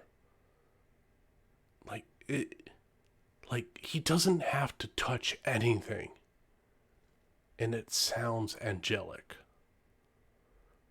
This Discordant Prince, I can't. It blows everything away.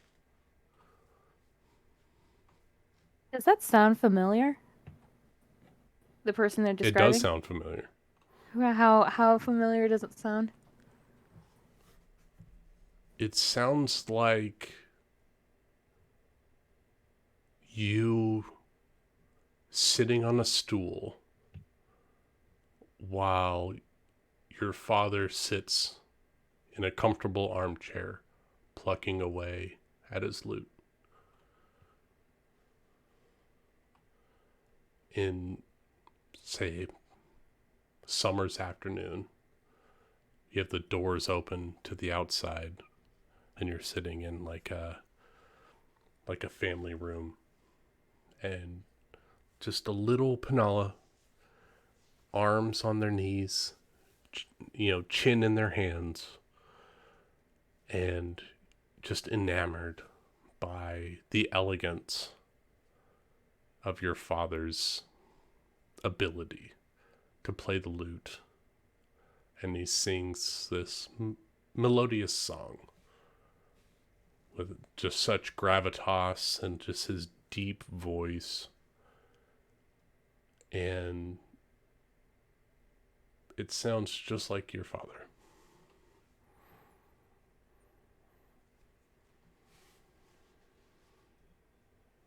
Shit. you hear Yes, my I do message? know.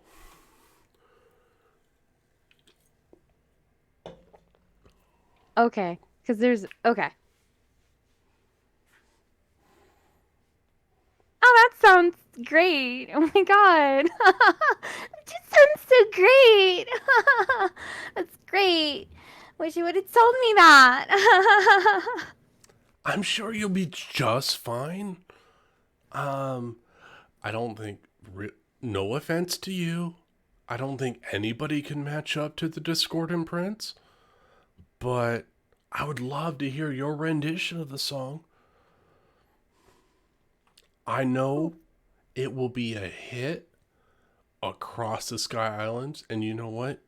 If it sings real well, we might even broadcast it to the surface. That's nice. Oh my god. Great. She'll start retuning her lute. And a lot of emotions are coming up right now. Like Rookie's gone, Jalem's gone, everyone is gone. And she'll start tuning it up and like, okay, oh my god, like thank you so much. Okay, let's just play it cuz happy song. Don't know how to giggle.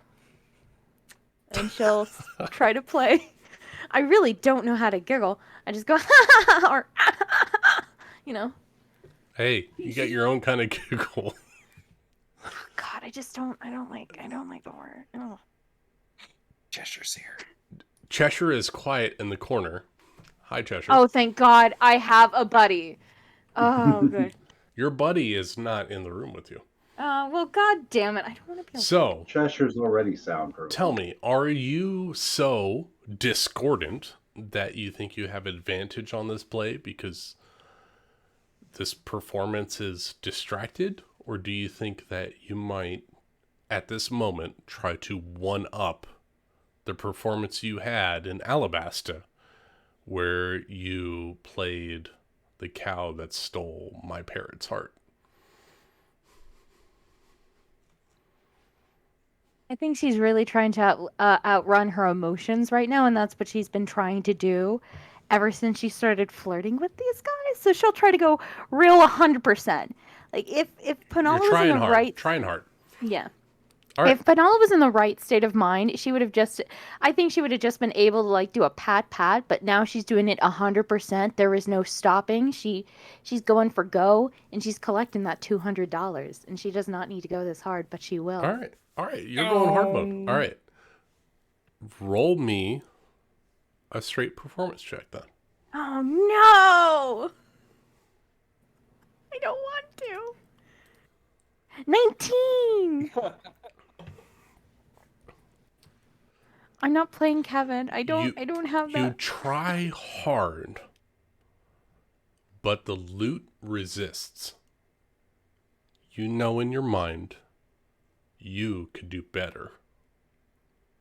But the song that plays and the words that are spoken are elegant and exactly what these two priests want to hear. A cappella version, so to speak, of this song that you grew up listening to as a child. You give your version, it's heartfelt. It means more than when you heard it as a child. Because you're speaking about someone you love. Deeper than anything you've ever heard. So it still means a lot. And it still comes through powerful. But you know deep down that you had your mind in the wrong area in order for it to perform perfectly. When the loot was giving resistance, was there anything weird about it, or was it just she's not in the right state of mind? You're not in the right state of mind. You play every note the way you're supposed to, but the lute doesn't sing for itself. Like, the notes are played the way they're supposed to. You hit every note, but it feels forced and hollow as the notes leave your lute. It's hard to explain. It's not that the lute is out of tune. It's not that you missed a note and you're carrying notes over as you're playing. It feels as there's no soul as you're playing. You play the song properly, and to their ear, it's right. But to your own ear, you know that your heart wasn't in it. And it shouldn't have been played unless your heart was in it. But the damage is done. What, there I go, guys. Oh fuck. Oh god, I lost it. You know, fuck it. Whoa, Oh, what there, just there. happened? I don't know. Rebecca came out. I know. Hi there. I'm a pyromaniac. Well, oh fuck, I can't. Oh my god. Okay. So, there you go. Oh fuck. Oh no, she's losing it. Well, there you go, guys. Oh my God. That actually oh my works. god. Well, there you go, guys. Yeah, that's. What do you think? You know. Oh my god, what do you think? So, as they go to press the button to talk to you within your sound booth, we jump back out to everyone else. Oh no. You're coming out of the extremely dangerous archive room that had the standing stone, and you come back out into the main room that is a mess. Is there anything you all want to do while you see the on-air light above the recording room? Oh, that's not good. Wait, I mean, Iskari can't read. Never mind. Iskari is just gonna say, "Oh, somebody go get Hisrod." I think they're broadcasting. What do you mean? And Early's gonna point at the light that I believe that means that they're transmitting some sort of signal. Is that? Can we hear anything? I need everyone can make a perception if they want. I need a very high perception because this is a recording room. 30, 20? 21? Ooh. 13. Iskari, you hear the muffled words of Penala apologizing for not giving her best. But then you also hear the other two, oh no, that was like really good. And like, oh my God, that everyone is going to love this remix of this song. But you do hear like a constant apology from Penala.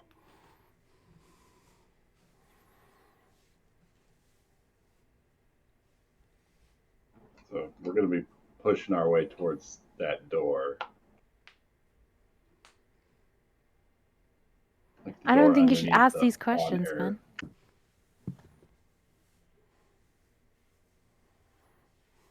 Yeah, somebody open the door.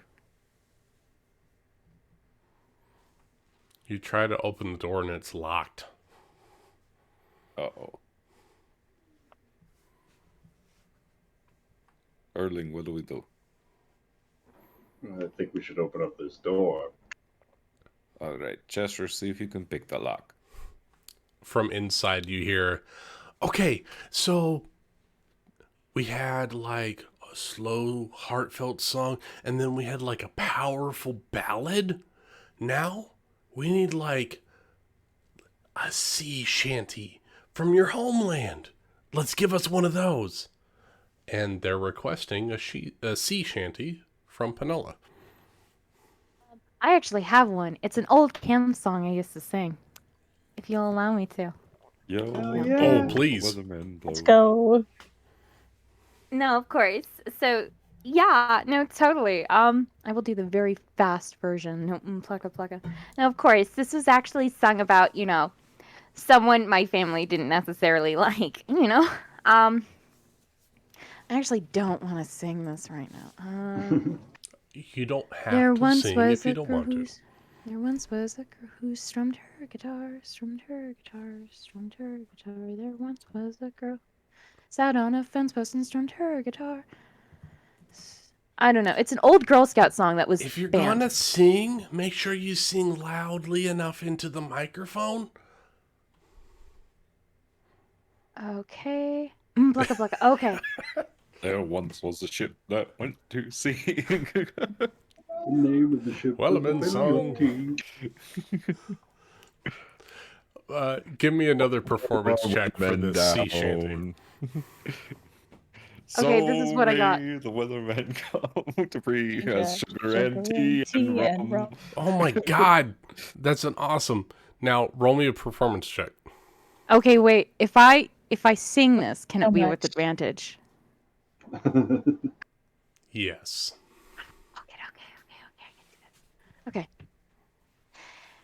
This is a different version than this because I don't know what the fuck this is. This is Penala's version of this. Okay. She sat on her fence post and strummed her guitar, strummed her guitar, strummed her guitar. She sat on her fence post and strummed her guitar, strummed her guitar. Plucka plucka, plucka plucka, pluck pluck pluck. He sat down beside her and smoked his cigar, smoked his cigar, smoked his cigar. He sat on her fence post and strummed her guitar, smoked his cigar. Plucka plucka, plucka plucka, pluck pluck pluck. He said that he loved her, but oh how he lied. Oh how he lied. Oh how he lied. I'm trying to speed this up. I'm very sorry. Plucka plucka, plucka You can plucka, go about pluck, pluck, halfway pluck. through, and you can give me a performance check Wait. with advantage because you sing the song. Oh I'm wait. not going to let me make get you to my sing a favorite 3-minute song. You get triple advantage if she does a backflip. part. Yes. He went. She went up to heaven and flitter and flew, flitter and flew, flitter and flew. She went up to heaven and flitter and flew, flittered and flew. Ooh, ooh, ooh. Plucka, plucka, plucka, plucka, pluck, pluck, pluck. That's really He went, fitting. he went down below us and Pick the sizzled lock and while she's fried, doing this. sizzled and fried, If someone sizzled can and fried. beat the He DC. went Yeah. down- He went down below us and sizzled and fried. Sizzled Cheshire and only got fried. 11. You can try again, Cheshire, if you want to try to. Cheshire got low. I didn't notice that. Yeah, this room is locked, and Penala is just singing. Yeah, it was actually about my father and stuff. That's what my family told me, or at least, that's like a little song we came up with. It's like so great. That was so good. Now, So good that I don't need to roll for it. 'Cause, no, you like, still need to roll for it. fuck me. But you get advantage on your performance roll. If someone wants to 24, try to thank God. break Penala out, they're going to keep making her do songs. Can Iskari just knock on the door? Yeah. Let me roll for them. Istrad, time to go. They don't hear you with the soundproofing. Do I hear? Roll a perception check at disadvantage. Iskari, you can roll a, I don't know, Oh, 19. That's nice. some kind of charisma check. I don't care. Whatever charisma there- check. Are there any like windows into the thing? You see that you can, like, look in? yes, there is a Oh. glass Do you window. want me to actually do persuasion? Whatever you're trying to do, intimidate, persuasion, deceit, doesn't matter. You're trying to get to Penala. Okay, well, my intimidation's +7. Aha. Jesus. Yes. Yeah. There is a He's glass window imposing. with like the steel wires that run through it, like a reinforced glass. There is like a little, like a 6x8 window. But I can like see the room inside. Yeah, you can see the room inside, but it's like a Okay. triple pane glass window. About how thick would you say the wall is? This wall is a double wall, so it's going to be at least 6 inches wide plus a 1 inch gap, 7 inches wide. Oh, easy. Can I Misty Step? Since I can let's see the yes, space that I yes, go you to. can. You can see where you're. Let's Where I'm go. going. You could Oh. see with your passive perception into where Penala is, which is 2 rooms away. Neat. I will do that then. I'll Misty Step in there. Whoa! Hey! We love a duet, but you're interrupting her song. Yeah. Really super sorry. We kind of need her. Oh my God, you do? Oh, I'm so sorry, guys. But have you ever eaten something so sweet so much and then you just kind of not eat it anymore? I That's think kind of. I think we need a duet from the two of you before No. you leave the recording studio, because single voices are, a dime a dozen, but if you have a duet, that's something special. Oh, but unfortunately, he's not in it. He's not a performer, so it wouldn't, it'd be on 2 different levels. And frankly, I'm just so happy that you've just allowed me to sing. But right now, my voice is, oh my God, my voice. And you guys have just been so wonderful right now. Just absolutely great. A glass But of I just- water pops out of the wall, out of a vending machine. It's like, there you go. There's some water. You can have some water so you can make another song. Oh. Can I insight check these guys? See if they're Oh, yeah. really not gonna let us go. 21. They don't want you to leave. Okay. Can I cast Charm Person at a 2nd level? Charm person at a 2nd level. So that way I Okay. can target both of them. And I need Sure. a wisdom save, please. Wisdom save of 14.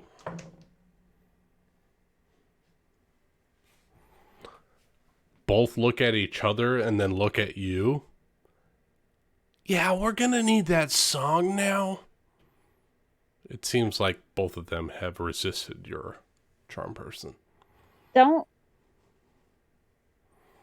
they know that I tried to do that then? No, they're still telling you you need to sing. Oh, but Then- guys, like, Okay. I'm sorry, Summer. Do you want to? They roll You high on their can- wisdom saves, so Yeah. yeah. Well, no, I thought Charm Person was one of those spells that if they fail to save, they know that you cast it. They succeeded on the save, both of them, so they're not. Did they charmed. just did Yeah. they just ignore who cast it? They or want tried you to sing, both of you. Uh, An elf guy- and a half elf, they don't get those very often. I thought a Medrin was a half elf. Is a Medrin a half elf? He thought looks like was a half I thought he elf. was a wood elf. He's a half elf. Oh, a couple of half elves in the Makes a Sky full- Island. Yeah. Mike's a full-on elf. That was a serious joke. Hey, 2 half elves make a full elf. I want to hear it. Gracious. Oh my god, but guys, he's like my bodyguard and everything. So, like, not too much. I suggest that you sing. Otherwise, there might be some clauses in your application. Application what? God might smite you down if you don't sing. It's just great. Fuck. God damn it. Okay. Fuck. Oh no. Oh my We god. want you to That's- sing. And so I want you two to make me performance checks, both of you. Oh my god. Terribly. No fucking way. There is no. Oh damn. We're trying our best. A Medrin, It's the performance. a Medrin starts belting Soggy Bottom Boys as as you two are singing in the studio. And it's a wonderful song, and it gets broadcasted out of all of these Sky Islands. Oh, that is so good. Thank you so much. Like, oh my Like, god. really good. You two are a far better duet than you are by yourself, if I might say. And Everyone Cheshire outside. at the door again at this point. Yes, you could try the door. Now that we've had a 3-minute song, you guys can try to get in. Can we like go or something? That'd be like really nice. Cheshire, I need you to step it up here, buddy. The door doesn't jam. It doesn't Erlin's budge. going to give Cheshire a flash of genius with this to give him a +5 to an ability check. Oh, So as he's picking the 20. lock, he'll do what he can to assist. No, I know what that gesture means. Erling points to Cheshire and he says 4, 2, 1, 3, and he points out the tumblers and the door becomes unlocked. You open the door and you see 2 guys at a sound bar, a sound table that are adjusting sounds, and a broadcast station with a Medrin and Penala just belting out tunes on the far side of a double pane window. Hisrad, it's time to go. Oh my god. Guys, I have to go right now. Oh fuck, I'm losing it. Oh my god, I have to go right now. So it's been so wonderful. So, if you could unlock that door, I'm just gonna go outside. But thank you so much. Look, I understand that you are all a part of this, but these two, they're making history. And their songs, need to be broadcasted to the world. So you And shouldn't believe- interrupt them. They're Well, believe making you me. magic. They also charge a pretty penny for what they've They got do? to belt out. It's And true. It's true. By we my make, count, You- that's at we- least 3 hits already. Right, which is what like the how much was the gate fee, Erling? Erling's going to say that number because The- that's the the only 7 frame of million reference he has. for coins what or whatever it money was. is up here. could I roll a deception check to get these guys to believe this shit?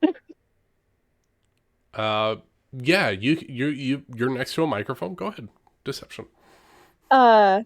Yeah, we are already under contract by these guys, and he's gonna point to Erling and Ascari.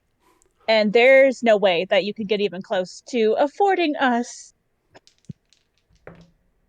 Oh We're no. with the one And horn Panala, agency. like, can Panala lean over and like very suggestively lean over, like really just trying real hard and go, yeah, guys, like I might not charge people, but like my manager's crew would. So, if you could just like, just blink, blink, give us a solid or something.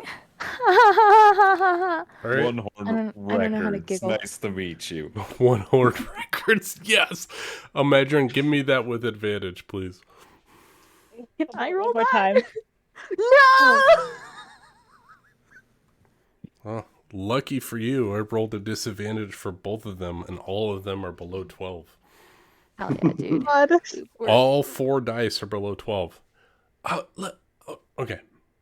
I'm sorry. I did not know that they were under any kind of record label, and we will make sure to amend their contracts to facilitate your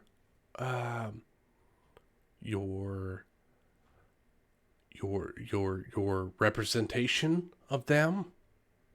But songs that were recorded on Sky 102.3 are properties of Sky 102.3, and any further contracts will have to be amended. Did they sign anything? By entering the recording room, it was a non-verbal agreement. Sorry, what? We weren't notified of the nonverbal agreement.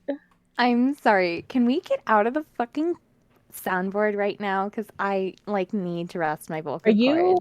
Are you trying to like pull one over you- on us? Are you kidnapping us? Because that's not cool, guys. Are we being kidnapped? He's saying that your songs are his property.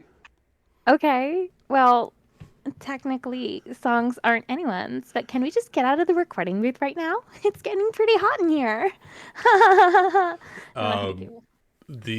The dude that is like given the cool gesture, Gadetsu, is like, oh, all right, hey, yeah. We don't want to cause no trouble, all right? And he hits a buzzer, and it unlocks the door to the recording studio. Hey, I thought we were all on the same page here. I apologize. We entered a verbal agreement that they would sing songs for us, and we would broadcast them. You I know, apologize. I think we will let this slide if you lead us to the way back down to the Blue Sea.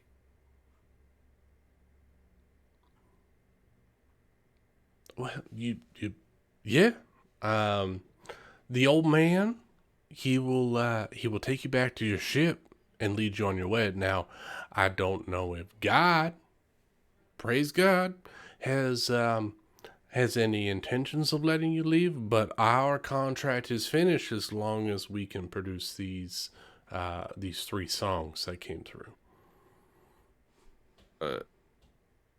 Why wouldn't the God let us leave? He's a very, very financially minded man, and he wants what's owed to him. And if you try to break a contract, he does not like that. just like the people down in the lower yard, if they break his contract that he placed upon the land, they get smote. Smote. Yes, that one. Well, like, what was the contract that we have to fulfill right now? Because, 3 songs and everything. Uh, you sang for your life, and now you're free. Okay, well, can you just, like, she'll get real close to them, kind of hiding her gagging right now. Can you just, like, yeah. Okay, come on. Do you want a Can you demo just- tape of what you've done?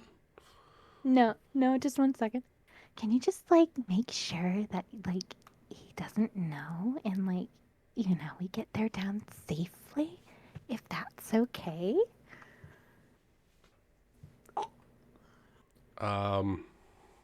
She's getting real close. She is trying to flirt 110%. I'm trying my best right now. I'm just trying That was to good. see- No, that was really good, No, Rachel. that was really good. Roll me a persuasion with advantage. They like your singing. I want to see what happens. Wait, what was it supposed to roll? I'm sorry. Persuasion with advantage. With advantage. 23. Okay. Not Is he a sweating? word from the two of us. Not one. But, and he looks like, he puts on a face like, oops, I'm sorry. The word not from us, but from the station has already been broadcasted. So, everyone knows Everyone knows what. that you have it might be a little apropos up here in the clouds, but you have an angelic voice. Oh, well, that's fine. That's really fine. I'm fine with that. Well, just to make sure that we get down there. I really don't need this right now. Just to make sure that we get down there like safely, if you don't mind. And she'll kiss them both on the cheek as she's kind of like doing the little hand wave out. Little hand wave out. Hey, if you ever need another record deal, let us know. Sky 102.3 has the hottest, most diverse amount of music on this side of the red line. Of course. Thank you so much. You're just so nice right now. Thank you. Old man, take us out of here. Yes, please follow me back to your ship. And the old man takes you away from this devilish recording studio. These people are weird. I mean, Yes, I've they been- are very weird. They weirder like than their a hip Mandarin. and their hop music. I mean, I've done that a lot of times when I needed to get out of trouble, but I didn't mean to lay it that thick.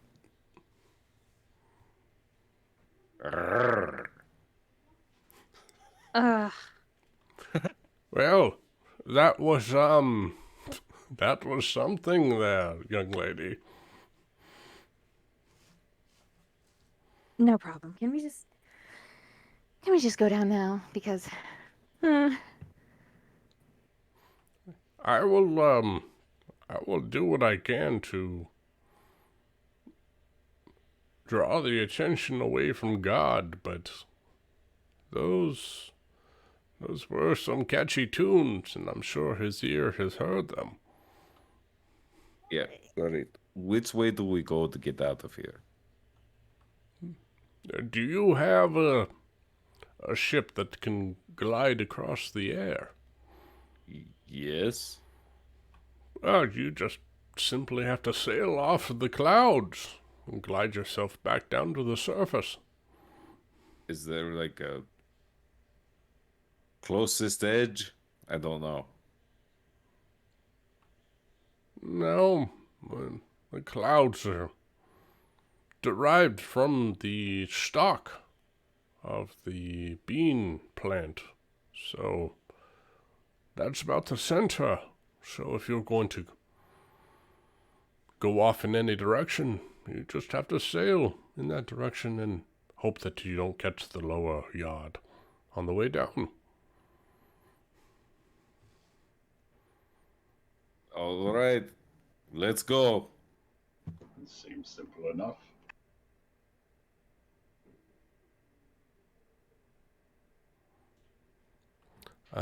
As you all head through this temple out of the recording studio, and you see your ship standing there, moored at the end of a cloud dock, and you're escorted by this old knight. And as I said last session, but was not in the recap, you see a giant ship with a giant gold face on the prow of it. And I'm going to reveal this now so that way you guys can actually see it. Oh. Oh no! Oh, that's big. And this is tethered directly to what would appear to be a broadcast antenna. And it seems like electricity. Erling would know this specifically from his time in his father's labs, seeing the electricity travel through this cable that is coming from the antenna up to the center of this ship. And from these golden spikes that are coming out the side of the ship is broadcasting. You can almost feel it broadcasting radio waves out across the skies. And this is the Maximus, the ship of God. And it is looming over the sky of the port to God's realm. Go flirt with him, Hisrod. Look, I really don't know where that came from. I'm very bad at flirting. I'm really bad at flirting. Please don't make me do that again. I mean, we can just get on the ship, right? Yeah, maybe God will just let us leave. Let's just hurry up, okay? Let's never talk about this again.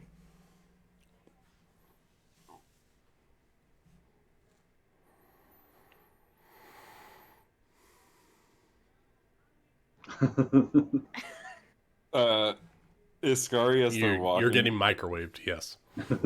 Iskari as they're walking is just gonna say, "Oh, God, NL, hi. Is it cool if we're just gonna get out of here? You know, we haven't taken anything, and we're going to we laid down some hot tracks to pay for our entry, and now we're just going to leave." Lay down some hot tracks.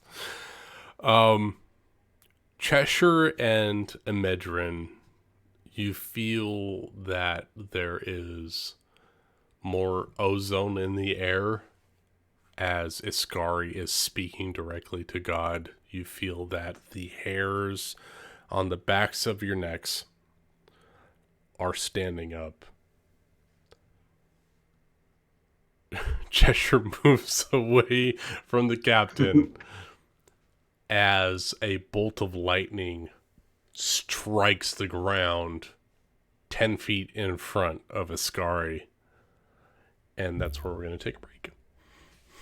What the hell did I miss? God, Scurry was asking permission to calling leave. out God. It's like, yo, hey, is it cool if we just leave, you know? We gave you some music, but we're just gonna, you know, get the adult.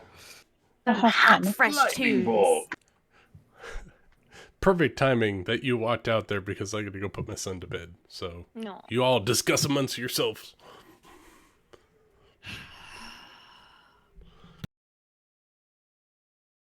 So, are we gonna fight God or what? I'd Well, hold rather on. not fight God. Yeah. But if we did fight God, who can do something about the lightning damage?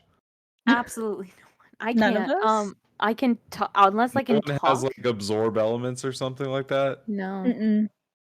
I have I bark only have the skin, funny but that doesn't do spells. much. I have. No, none of my shit's gonna help.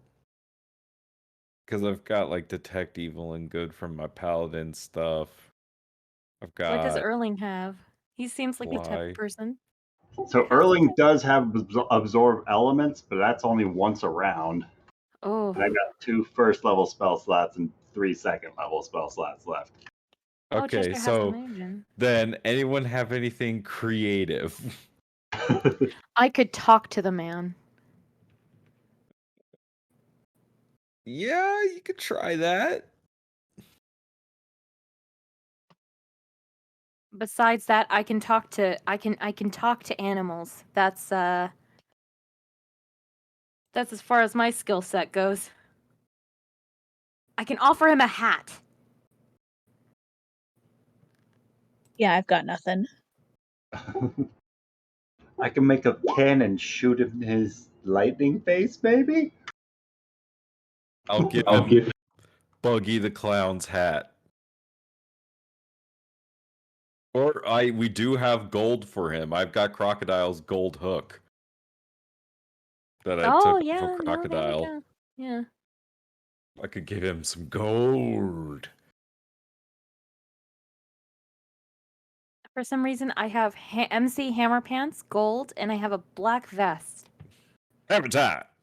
Yeah. Oh. I have a magical stone, but that was given to me, I think, by 4X. I'll be right back. I'm gonna get a drink.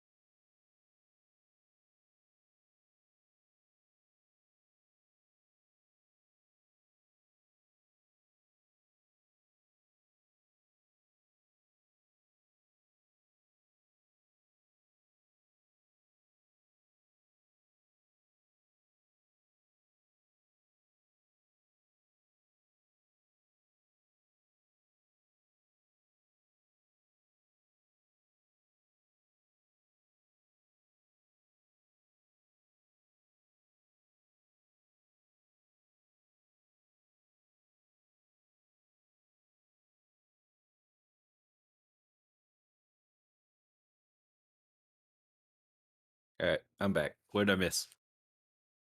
Oh, everyone's BRB. Got it. Ugh.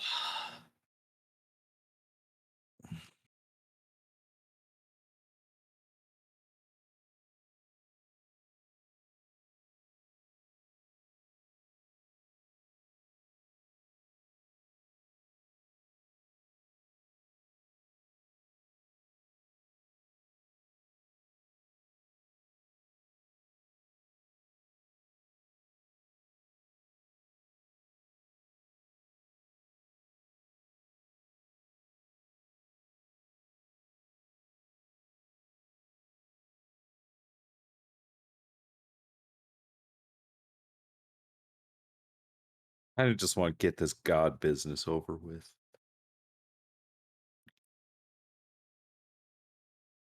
Let's just kill God. That's what I'm saying.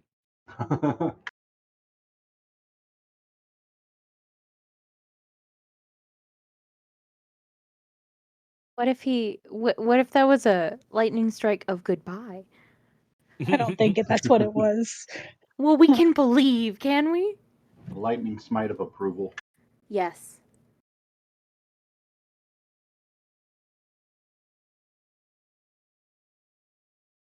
It was just a standing ovation. Because we did Oh. so well.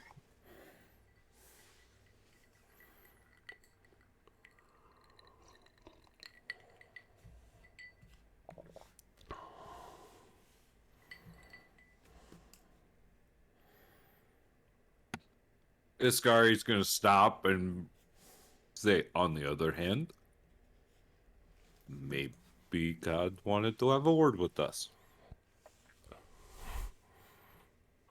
Is everyone here? Are we back?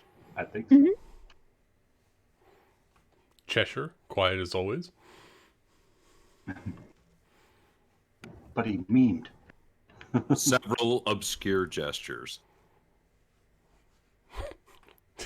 You flick too hard. Please, can we just go to the land? So, as you're walking towards your boat, a lightning bolt flashes and strikes the clouds in front of you. And you see, within this lightning bolt, electricity floating around his body is God Enel. Sorry. Damn it.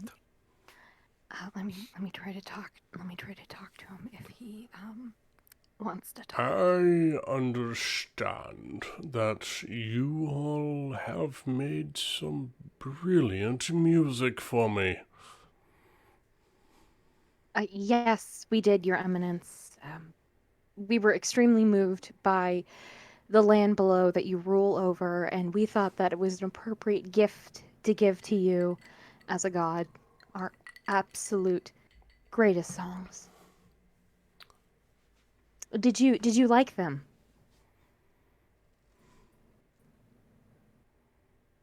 Yes. The second song, the melodic one. That, I believe it was you that sung it. Was quite familiar to me. And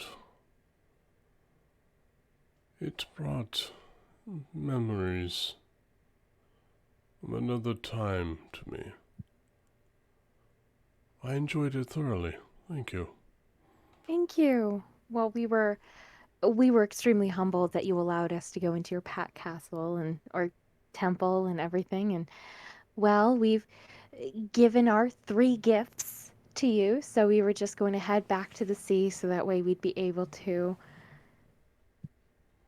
spread our voices down below and look for something that was lost to us.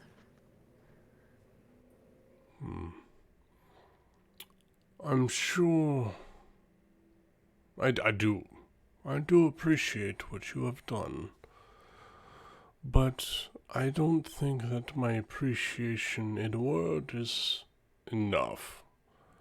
I would like you, if you have not been thoroughly provided for by my inept priests, I would like you to join me on the deck of the Maximus that lies above your head. I have far more exquisite foods and drinks from all over this world. Perhaps you would join me and regale me of your tales from the surface. Sadly, Your Eminence, we're at a very time-sensitive matter. I am sure that you were aware of what happened, that transpired below, and there was someone close to me who is currently missing. I need to get down there in order to save her. And In as a much as in a booming voice like that of lightning and then thunder beyond it, he says, "What has happened to you? Who are you missing?"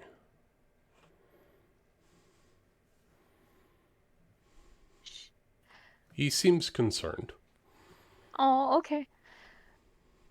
It is an Aarakocra named Rookie, one member of our crew who we had thought was a friend and not necessarily trusted ally, belonged what we assumed was a funny little cult, and she betrayed us. She killed one of our members, and as she was running away, the Aarakocra Rookie went after her, and she's gone. She's down below at the sea, and we need to get to her. I need to get to her. I understand your plight. Love is a power far beyond that of even the devil fruits. It can't be put aside. It means more than anything. I'm afraid that I could only hear so much in that battle. Can you give me any specifics that you have found out? Perhaps what happened to this Aarakocra you have lost? Yes. Thank you for your concern. You've truly humbled us. And she'll retell him what she experienced, but she'll kind of leave out the Cerebos part because she's not too sure what she smelled or felt. But she'll tell him what she knows, minus the Cerebos part. Alright. He looks beyond the party, beyond the temple. He looks out to the sky. He cocks his head. So this Blanche, this human,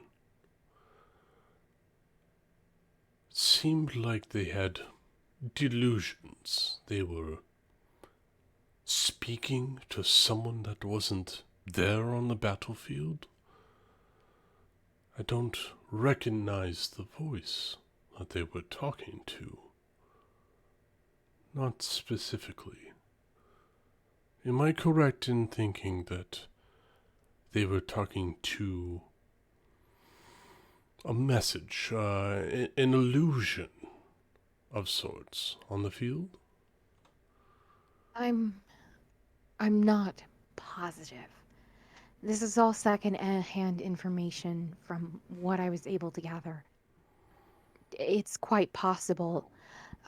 She would ramble on sometimes, and frankly, we thought it was a joke at first, and, we laughed about it because, it seemed like an appropriate thing to do to laugh, but then Unfortunately, she stuck by the crew a lot, and it didn't become funny anymore, and it became very annoying.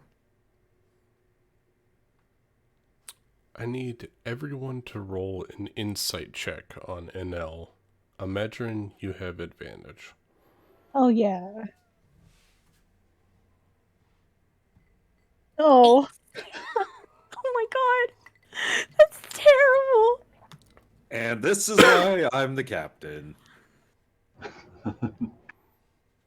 Oh, sorry. 1 frowny face. 2 actually. What the shit, How is party? there a... Oh my god! Thank God we're not fighting you're this man. allowed to talk if you want, and you can roll real dice. And we missed your voice, dude. Come on. He's getting real. I love it. He's a method actor. Method actor. All right, so, Captain, you look at this godly being who's wearing a white bandana, long earlobes, and gold dangly bits in the lobes.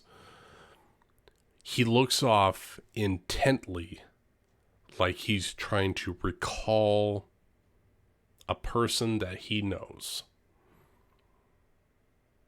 Everyone else, it slips by, like he's idly thinking.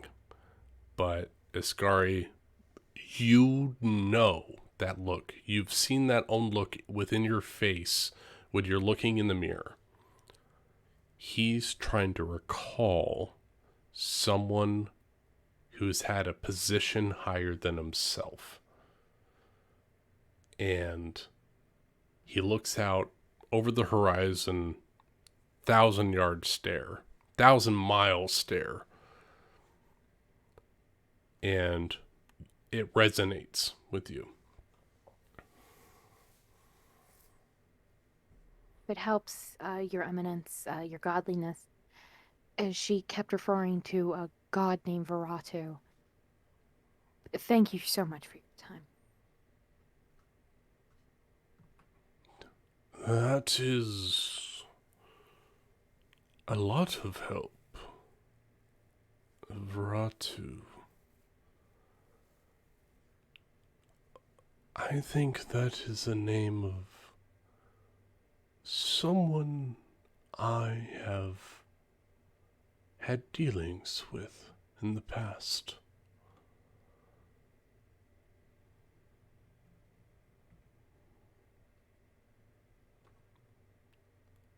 I know this Veratu you speak.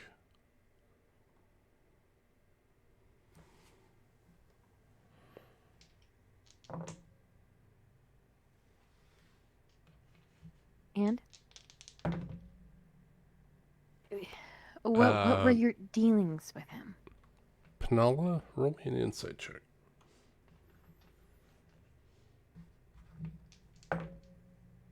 These are where the rolls come out. 15!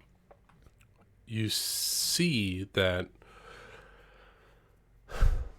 when he mentions that he's done dealings with Veratu, his head, his eyes squint, his shoulders shrug, and his neck kind of twitches a little bit, like he's in pain almost.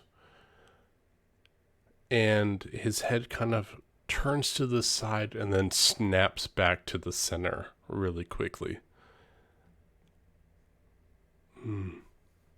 Veratu. No. Sorry. I must have been mistaken. Thank you, your godliness. And if you permit me to ask one more question, this one is a bit more selfish. If my crew would allow me, and my captain. Yeah, go ahead. Do you know a man named Jalem, Prince of something? He was my teacher, and I've been looking for him. He taught me everything that I know, and apparently he was here before. So, know anything about that? Alright, knowledge check on Jalem.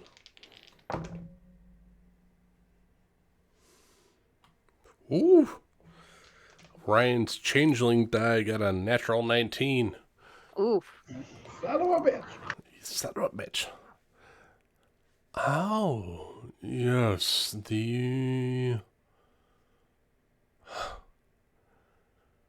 I remember that old scoundrel, that bard that would sing tales to get free passage and free room whatever they went. I know of Jalem. What do you ask? What do you seek of this person? I need to apologize and see if he's safe. How long ago did he pass? He's been gone for at least 15 years, maybe 20. He hasn't played a note in a very long time.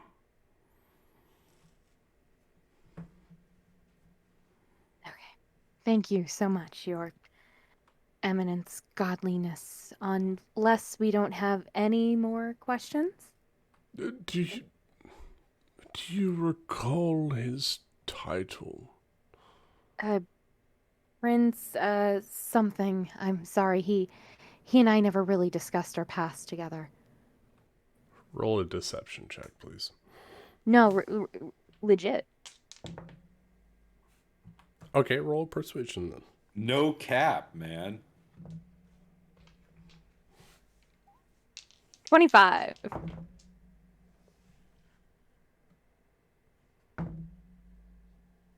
What, Prince DeLuca? That's all she got, but besides that, like, sorry, Lucas. Right. Shame. You would think that the greatest minds of music would talk to each other at least a little bit. I'm sorry that you haven't met with Jalem, at least in a professional sense. He was my teacher. Taught me everything that I knew, so it's okay. Apparently he didn't teach you enough. I'm sorry, what? He didn't tell you what he really was. It was one of his rules. Does anyone have any other questions that we need asking? Tell me, what is your name, Bard?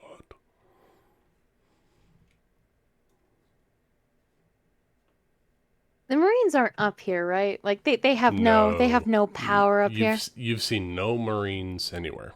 We're talking to the power up here. Yeah, you're talking to the Okay. government up here. Panala Venya. I haven't really said my family name in a while, but Panala Venya.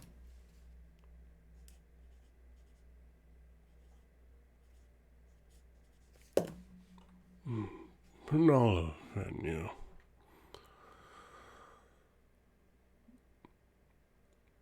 This teacher, you said Jalem. He's known by many names. The Wanderer, the Scoundrel, the Pan Piper. But the name that he is known most along this land is the Discordant Prince. He could carry a tune, but every song he sang, when it was from his heart, was out of tune, discordant, as it were. Like he longed for something that was just out of reach, and his focus was not on the instrument he played, but on the song, the words from his heart. I think you would know that music anywhere you've heard it.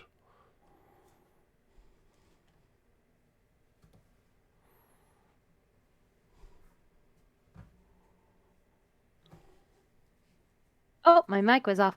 Uh, yes, I have. Thank you so much for your information and your help. And does anyone have any other questions? He still hasn't said if he was going to let us leave. Right, right. Your godliness, thank you so much for your hospitality. You've truly humbled us. But we do need to go to the sea now. If we don't, then Rookie, the Aarakocra, could very well die if we can't go to her. Can we please gain your permission to go to down to the sea immediately? You have my permission to head to the seas, the surface realm. But I ask, do you not want more than just what the surface has? Do you want to know more? More than what the world government wants to tell you? Do you want knowledge that is forsaken, that is lost, to be uncovered?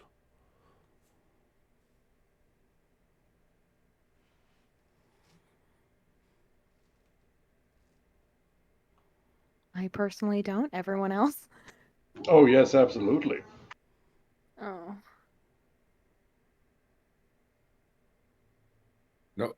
No, we should go.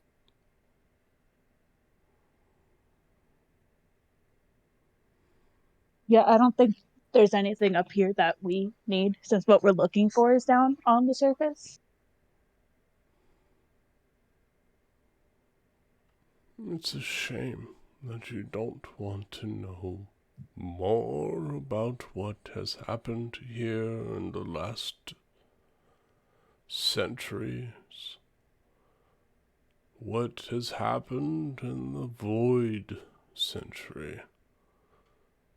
Lost time. But if you wish to go about yourselves and learn, then who am I to stop you?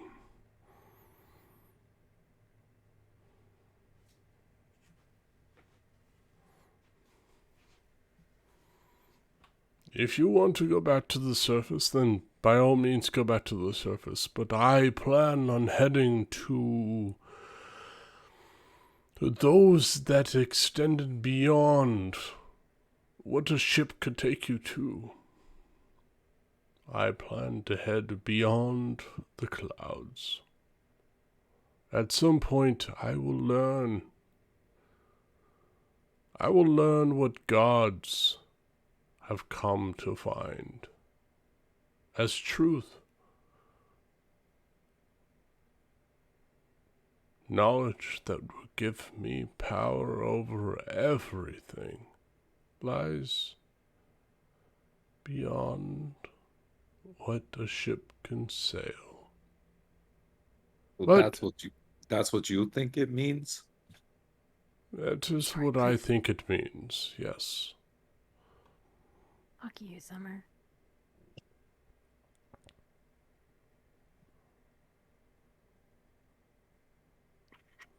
But if you want to go back down to the surface, then by all means, you have my leave. Well, Don't take I have anything a- from my temple, and you can go. Awesome. I have a question. Did Hisrod's mentor, were they on the Roger's ship?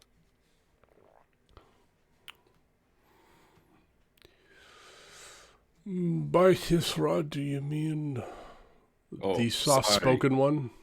Penala here. Yes. Oh, right, the singer. No, the mentor was not on the ship. But the mentor is well renowned amongst the surface folk. And last I heard, was in the employ of someone in the Navy.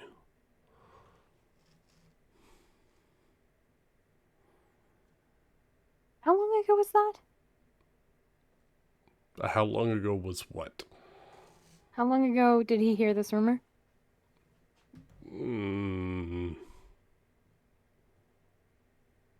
It was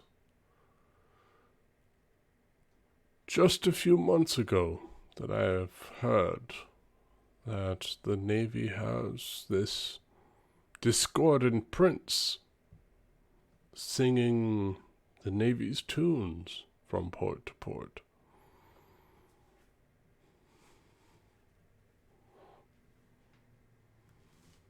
Well, that's great.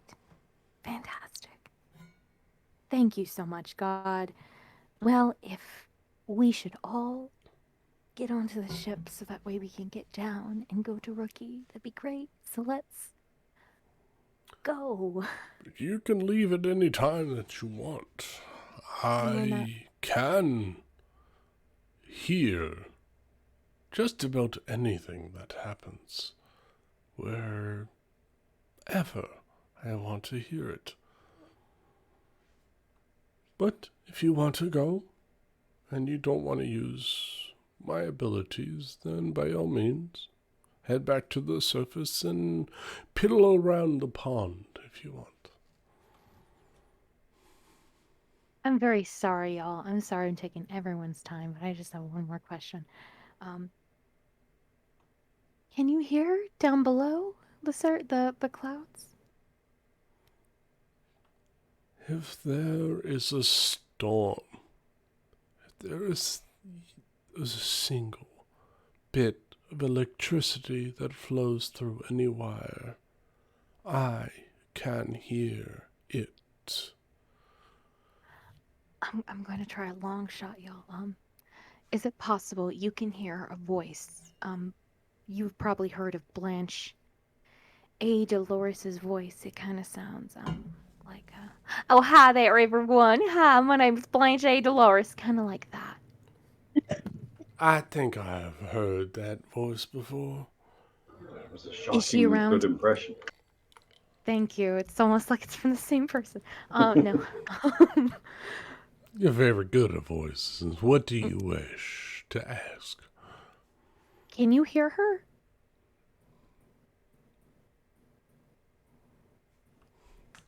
I'm gonna have Rachel roll me a d20, please. Hey, oh no. 19! Holy Nice. shit. The power of That's love! really good. Hold on. The flirty kiss vibes are working, y'all. Ben called it.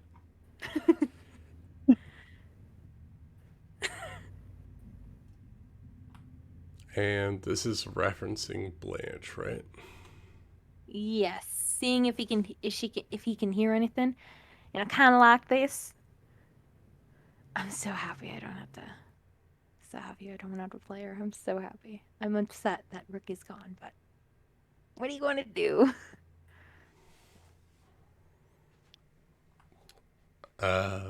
What God's gonna do is paint a flashback or a scene for Penella. Doodaloo, doodaloo, doodaloo, doodaloo. Doodly-doo, doodly-doo. Thank you very much. Doodly-doo, While I doodly-doo, try to get some doodly-doo. water for my throat. Do you need me to speak as Blanche? Because I'll do it. I just don't have a plan. No. What we see is, even in the same amount of time, we're mere hours separated from when Blanche attempted to kill Rookie till now. We see a room that is pitch black,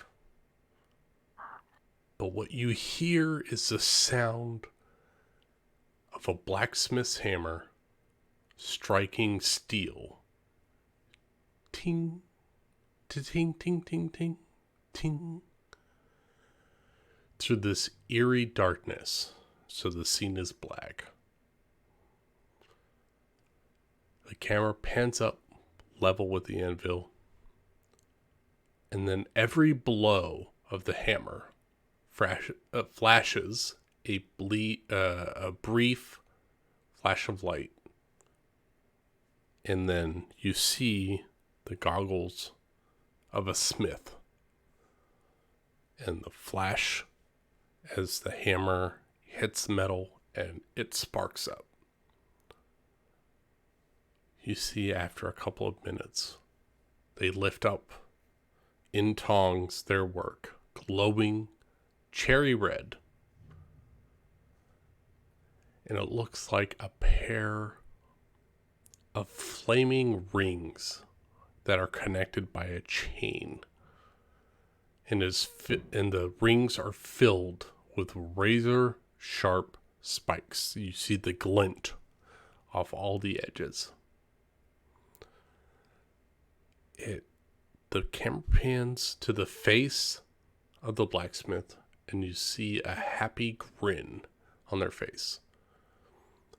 They're happy with their work, and they place the piece aside, and the smith walks across the room to a nearby workbench, which is covered with schematics, books, photos, and newspaper clippings. And they sit down on a tall, swiveling chair. The smith places their left hand on what looks like a very old tome, places it down, and looks over it. With their right hand, they grab a wicked-looking dagger that they were using to keep the tome open. So they pull it like a page keeper. They pull it off. They pick up the book, put the thumb in the spine, and they close their eyes, and they begin to spin in this chair. And you see from the back of their head a tangle of red curly hair just blowing in the wind as they spin. And you can't quite make out, but a few mumbled words, they let out a delirious, demented cackle.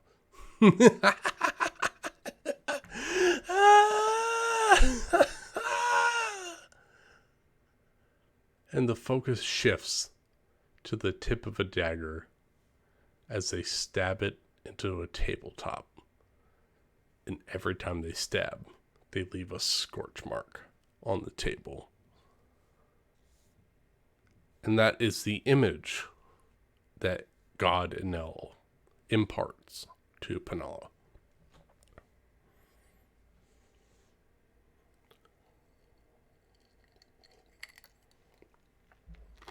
Thank you. Thank you so much. We need to get down now. Thank you so much. Thank you. If I might say, they are not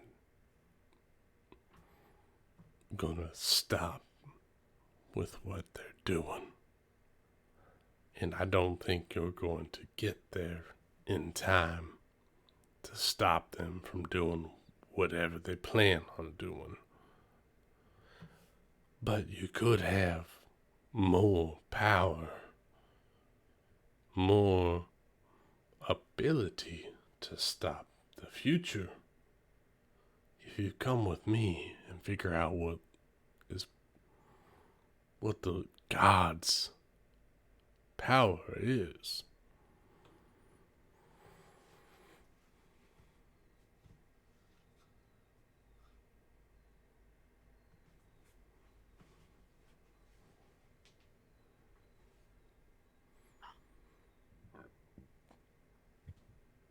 We just need to get down there.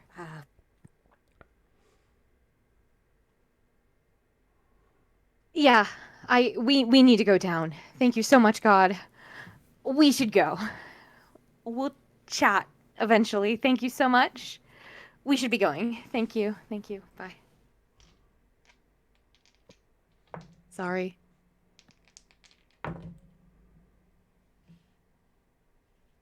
And she'll start walking towards the ship, like very walking fast. All right.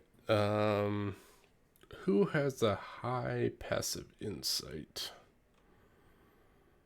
Got a 15 passive insight. Who has a high what? Insight? Yes, passive insight. Not me. Iskari's is 14. I have a 15. Mine's 13. All right. Cheshire, what are you trying to tell to everyone else with your tapping foot?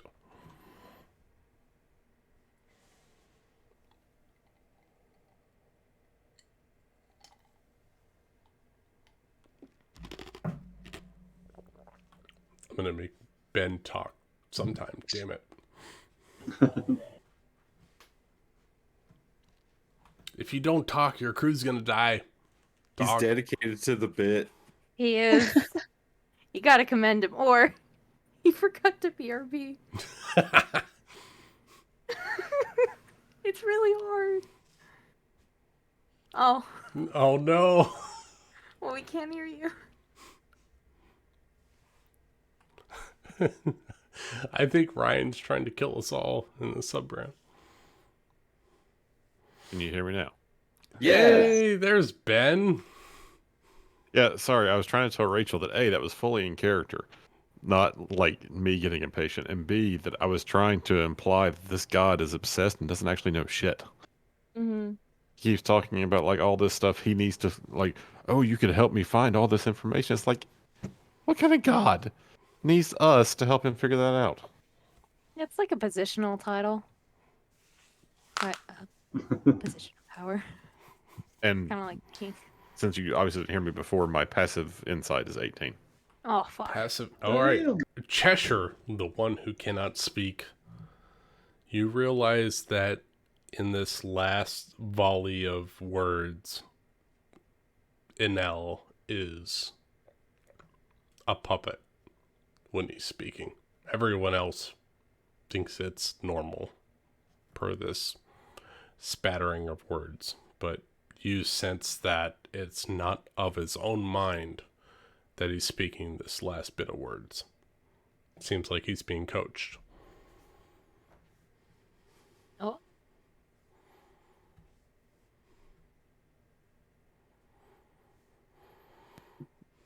Fisher's just gonna like start leaving. He doesn't know what the hell's going on, but he doesn't like it, and he's ready to get out of there. Please, by all means, go back to your ship. Leave to the surface. I will find higher knowledge myself. Okay. Have a good one.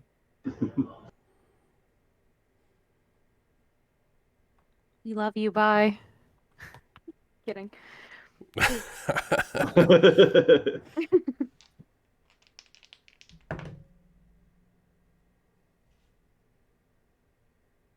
We get on the ship and we leave as fast as possible. Dive, dive, dive. All right. With As Yes.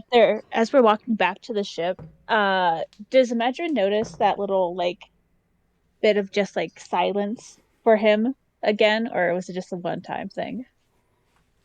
How do you think Imagine would notice it? No clue. Do you think an innate Maybe feeling? he's trying to like feel for it, I guess. All right, roll me a feel check, whatever A you vibe think would check. apply. A vibe check, as it were. Whack Vibe check. vibes. What is a Medrin's vibe check? I don't have like vibe. Probably wisdom based. I would guess Probably. insight or Insight, maybe it's survival. perceiving survival maybe Survivable. survival of the fittest. Is this like a primal thing? Like this guy's Sure, why bringing up not? his hackles? Oh my Holy god. shit! Fuck. Survival. All right, what are you trying to glean from God? No, the early when they were walking through earlier, you had me make a wisdom save, and you said that he felt like for once everything was like totally just silent. There wasn't like anything in the back of his mind. There wasn't any screaming. Oh. Yay. That's what he's feeling out for. Just one more like little grab before they're gone. Oh, how do I put this?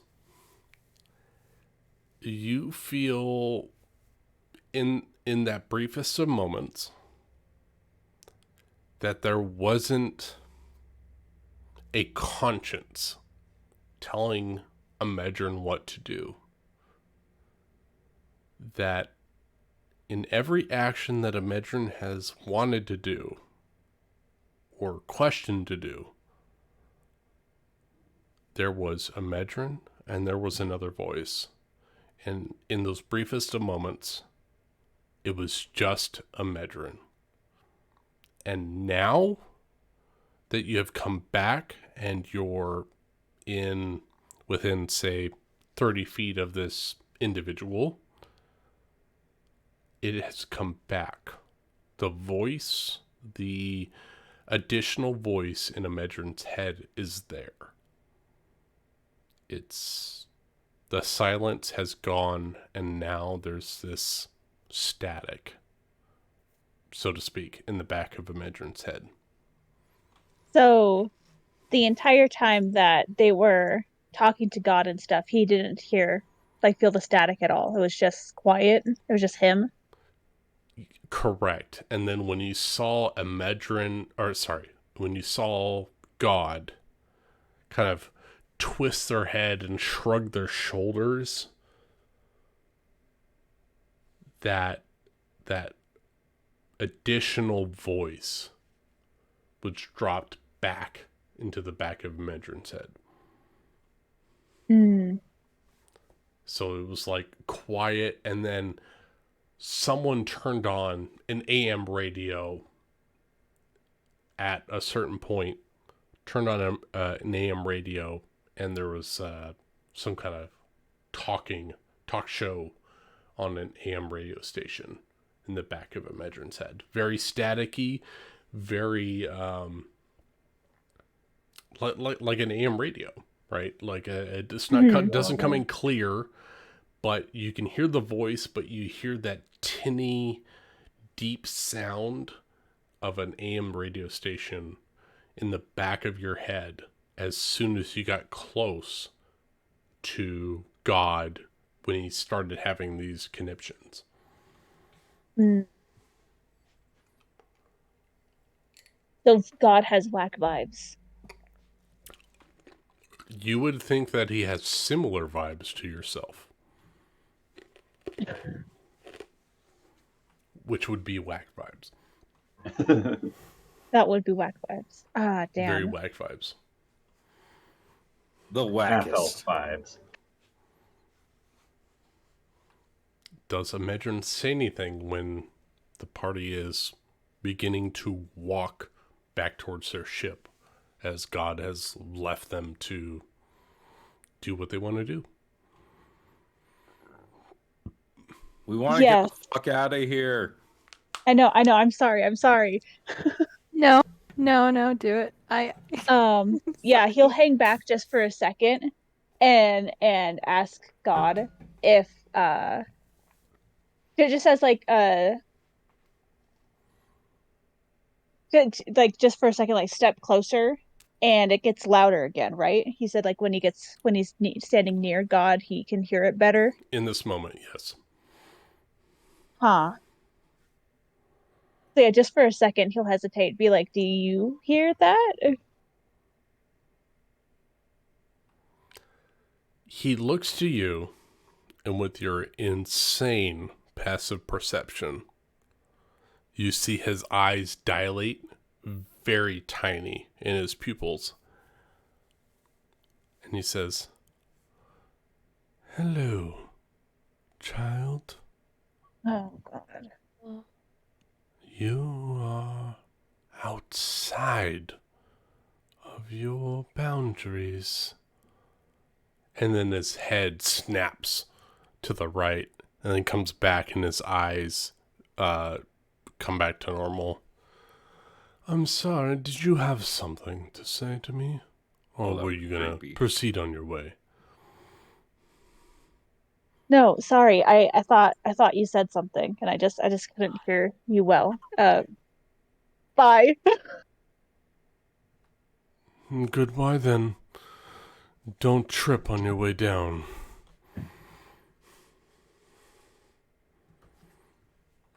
The party piles on top of the ship.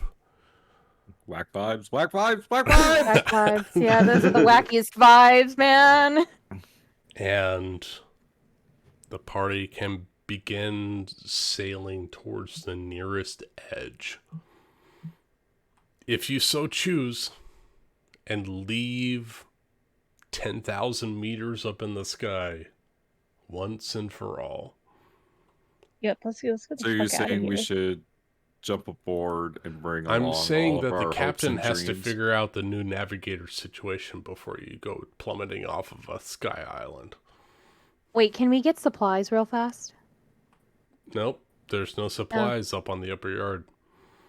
Wait, I thought we decided that. You had supplies on the lower yard, so there's no supplies on the upper yard. No, I thought Oh, we okay. decided. Who did we decide was going to be the I think it was a navigator? Medron, and No. Or Cheshire. I thought it was, Cheshire was going to steer, Captain and T. Medron was going to help. T has pilot. That's right. T can pilot. But he doesn't And talk. Cheshire has navigator stuff. Okay, so Cheshire has advantage on their piloting check. So roll me a wisdom check with advantage for piloting navigators. Cheshire. If your intention is to drive off of the sky ocean. God damn right it is. 17, you fucking go off the island. Yeah. We have not made sure everyone was secured before we did that, or No, definitely. We haven't even- I'm assuming we were going to get back to the ship first. You get back to the Yeah. ship and prepare. You have time. Yeah. Mal was gonna go back below deck and pace around and just start mindlessly panicking silent. Everyone on the crew is going to be tied down with a rope too. Like they're anchored to Yeah. the ship somehow. Erling, check the wings too. Everybody, all hands on deck. Avast ye slobs.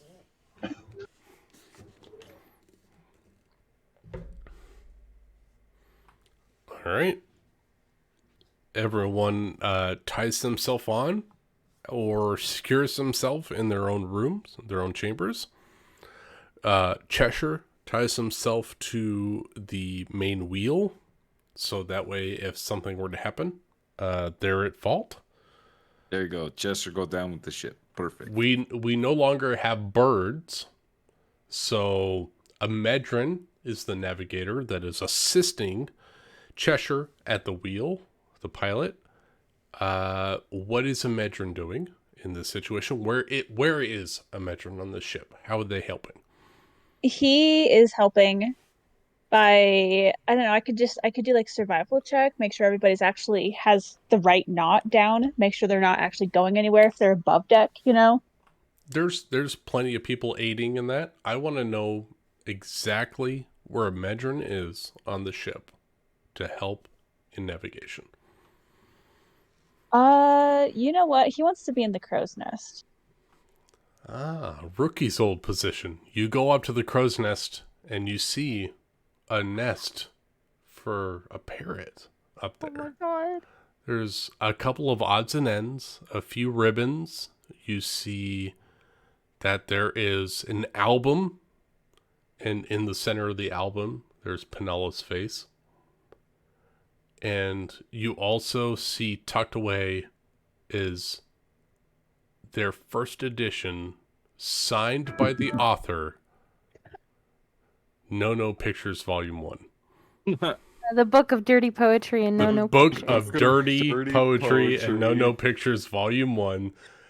First edition, signed by the author up in the crow's nest. A holy relic. It's a holy relic in my On age. He's not gonna touch any of her stuff. So he'll just like he'll like move it over all into like a pile, I guess. Just so he has room to move around up there and not step on anything. And he'll secure himself up there. Just kind of be able to see shit. Okay, sorry. I was losing it over rookie shit. Okay. Yeah. Medrin's up there navigating. All right. Erling, is everything fine? Are we good to go? Everything looks to be shipshape. All right. Set sail! All right. It's like we've been on this island for 2 years. Cheshire got a 17 on their navigation check. Time moves differently up here. Now, what direction does Cheshire want to direct the boat to? You can, essentially, you're at the center of a beanstalk. You have the 8 cardinal directions that you can go. What Yeah, direction do you want to beanstalk drive to off the- this boat? I'm putting the beanstalk to the aft of the ship and just going away. Okay. So if we go back to the map, Yep. Hold on.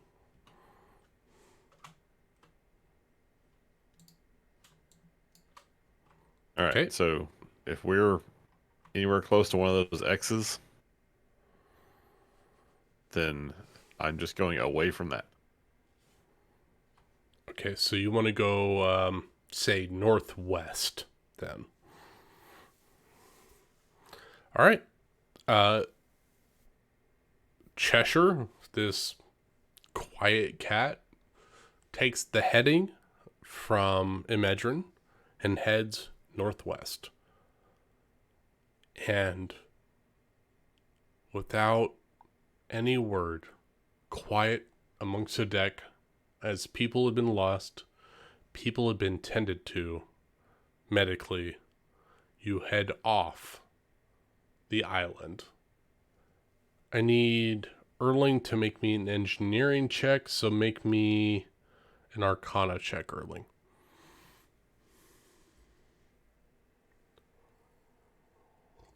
16? Not bad. 16's all right.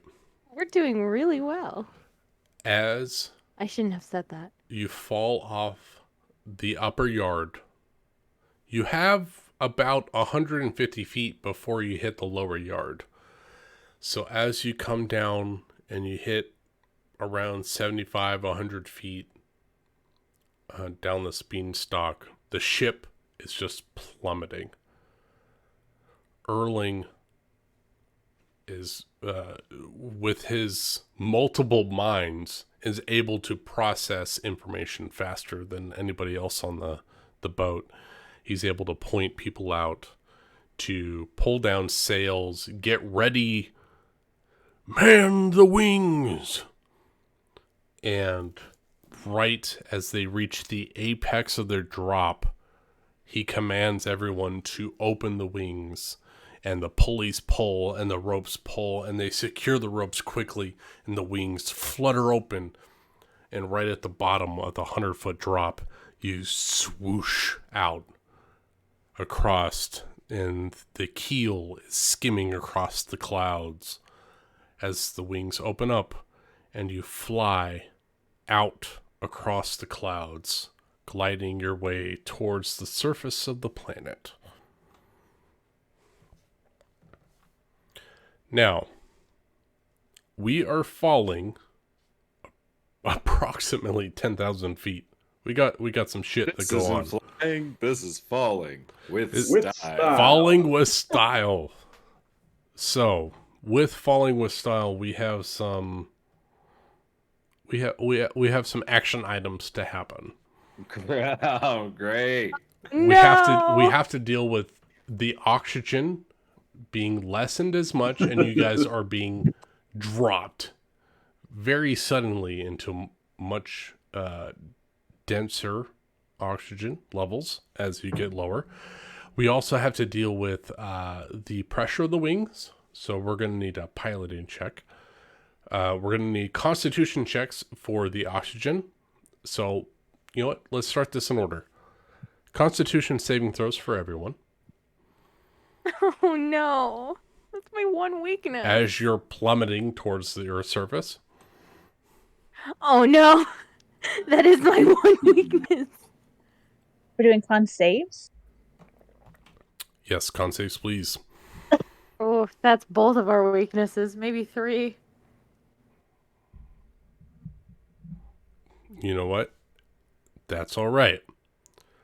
Erling and Cheshire, the engineer and the pilot, are the ones to keep the wings open and the ship on course. Everyone else gets dizzy as you're plummeting thousands of feet in a second. You have 30,000 feet plus to go, and you're plummeting thousands of feet as a second. Everyone, their stomachs come up into their chest. People are hyperventilating.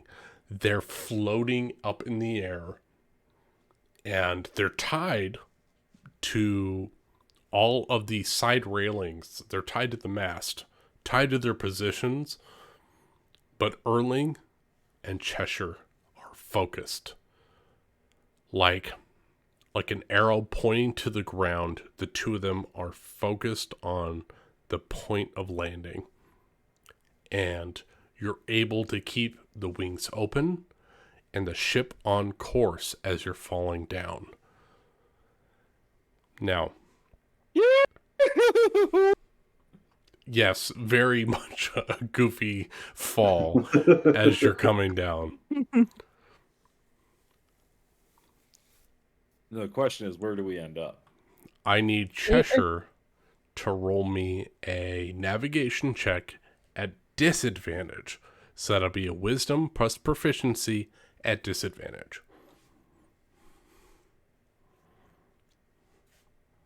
This is to see how he pilots the ship in the air as you're falling 30,000 feet.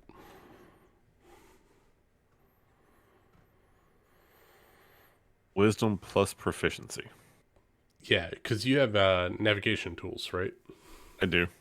Yeah, so it'd be And wisdom. I have vehicles, water as Yep. I have the pirate background, so Yeah.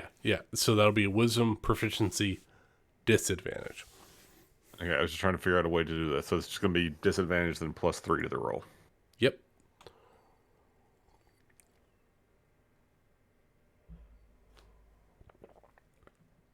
Aww.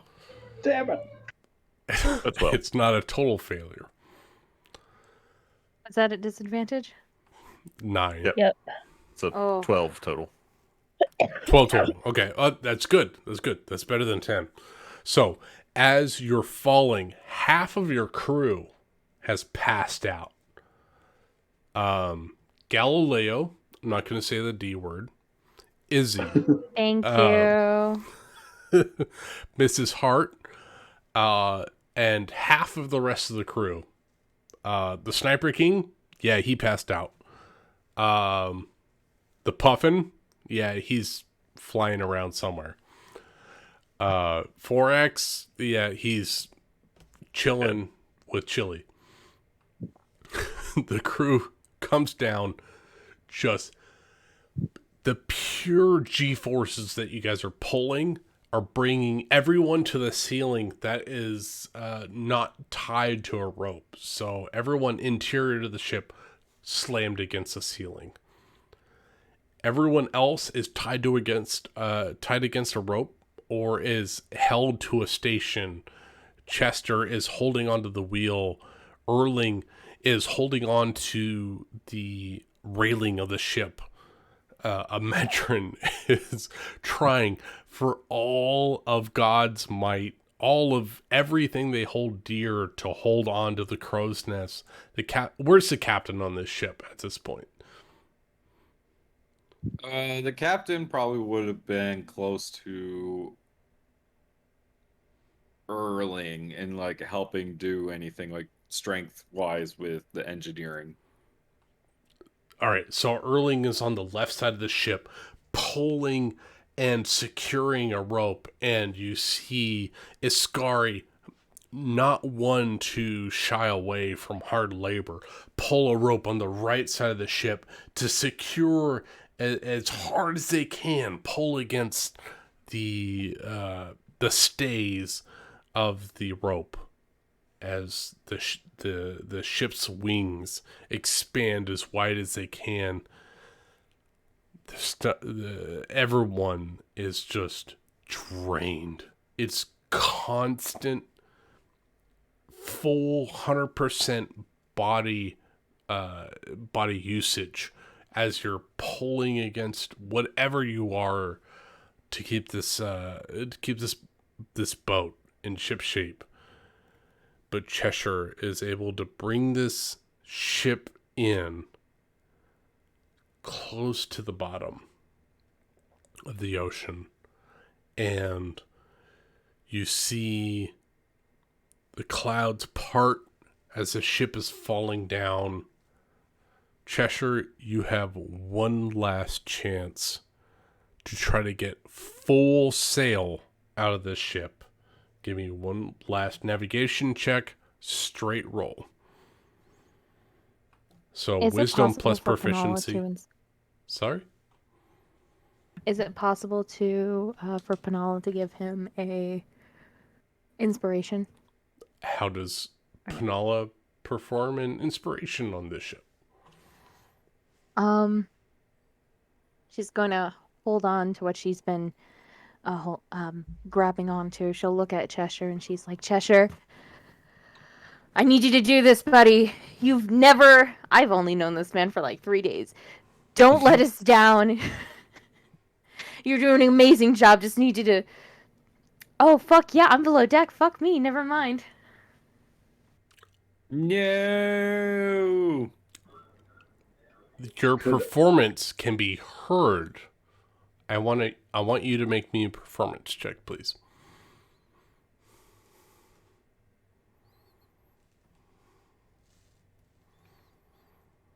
Let me down. 19. All right. His passive can hear you. So, he hears your words. That gives him bardic inspiration. Cheshire, don't let us fucking die. So, Cheshire, you get your navigation check plus a D10. D8. Yay. Only a D8? Okay, D8. Yep. Whatever. Fuck. Do it. Can you roll a 16? All right, 24. Yep, 24 total. That's All right. better. So, Cheshire, the cat that does not want to be doused in water, right at the last moment, is able to pull on the wheel, inspired magically, by Penala. Almost like the words provide an air brake. Underneath the keel, comes up through the center of the boat and pushes against the wings that are becoming torn and tattered through this drop that they were not designed for. Pushes against these wings and slows the ship down, and it touches down rudder towards the front of the ship. And the ship lands across the ocean safely. And the crew is able to get themselves up off the deck of the boat, safe and sound, and you see open horizon in front of you. The crew has made it safely down 30,000 feet to the surface of the planet. And Oh my god. We did it! Yes. Oh my god. I need Cheshire to roll me a D8 and see what direction you're heading.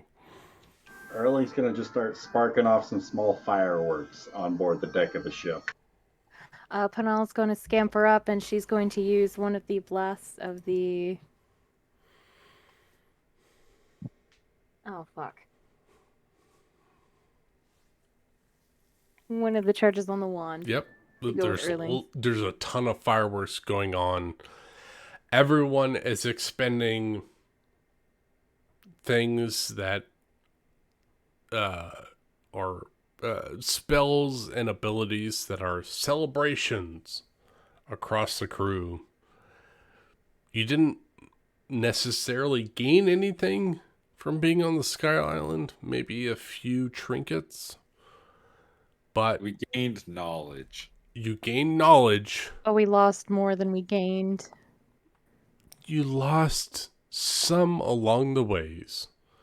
But you survived to fight another day. And you are headed north. And north leads to Water 7, the shipwright capital of the Grand Line. And you are headed in the direction of salvation. We're heading towards Rookie. You know what? Roll me a heart check. I want a constitution check. Let's go! Heart check. Wait, a vibe check or a heart check? Captain What do Planet you this think shit. Penala feels? Heart check or vibe check? I think vibes. I mean, isn't a heart check just like a vibe check? You know what? I'll go with you. What Constitution, about a heart right? to heart check? Heart to Heart to heart? Feel the heart. Yeah. Yeah. Is that a charisma? Can it be charisma? I want it I'll to let be charisma. charisma check. You go for it. Yes.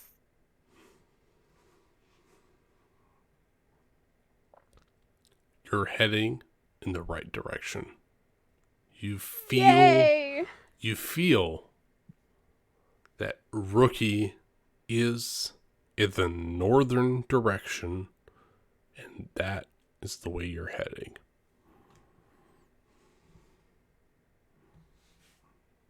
Excellent job, Cheshire. You've earned your place on the crew. Right. Hey, T, how do you talk to him?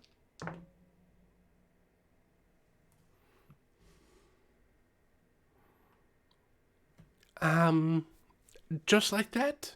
He has a series of gestures, and that one means okay. Actually, T is a rogue. T knows thieves can't. Thieves can't. Yes, that is true. Thieves can't what? I can't Jump, speak, dance. Amanda. But Oh, you know that. T, You know that That's- means that that she she can likes it, translate and you know for Cheshire. everything. That is not what the voice that she used for Neptune. No. I know it's No. Anari. Not for a rookie, but I need everyone to say to make a dexterity saving throw, please. What? I can do that. Why? Oh yeah. Because I rolled on the die, and they failed.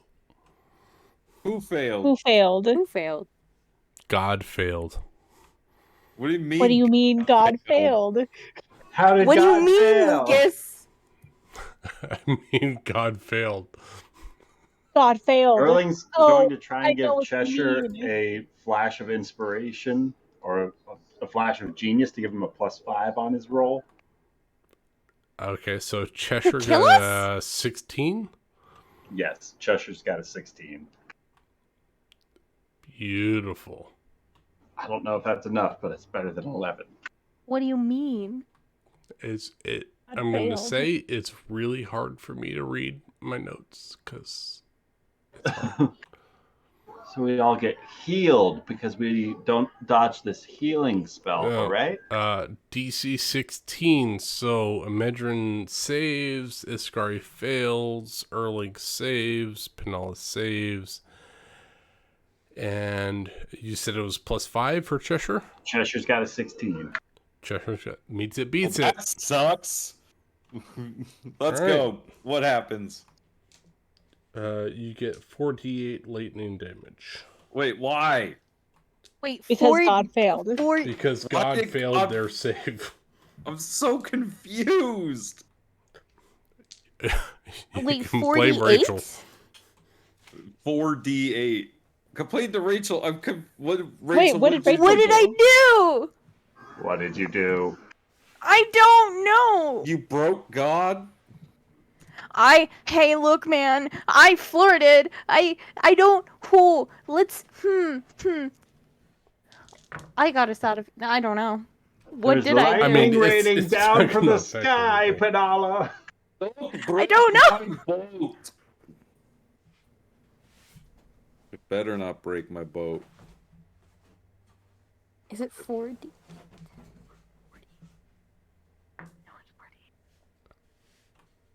You're fine. Was it 4d8 or 4? Had you rolled? I just rolled. Yes. 48? No, not 48. It was 4d8. 4 die 8. Got it. Yes, 4 die 8. 23 points of lightning damage. Ow. That's a high roll. What is going on? Erling, fuck? I need you to roll me a Constitution saving throw for the ship, please.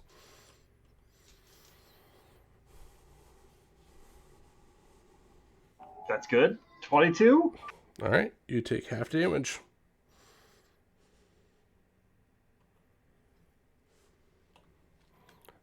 So, if I remember correctly, your ship is all right, but severely injured.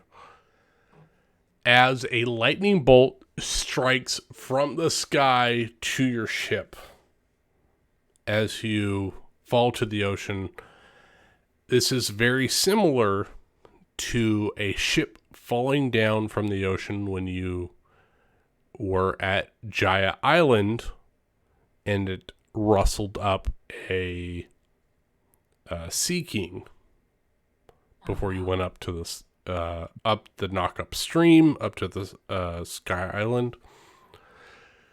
A lightning bolt had struck your ship and affected everyone on board, but you survived. Why did God fail? Look out for Sea Kings.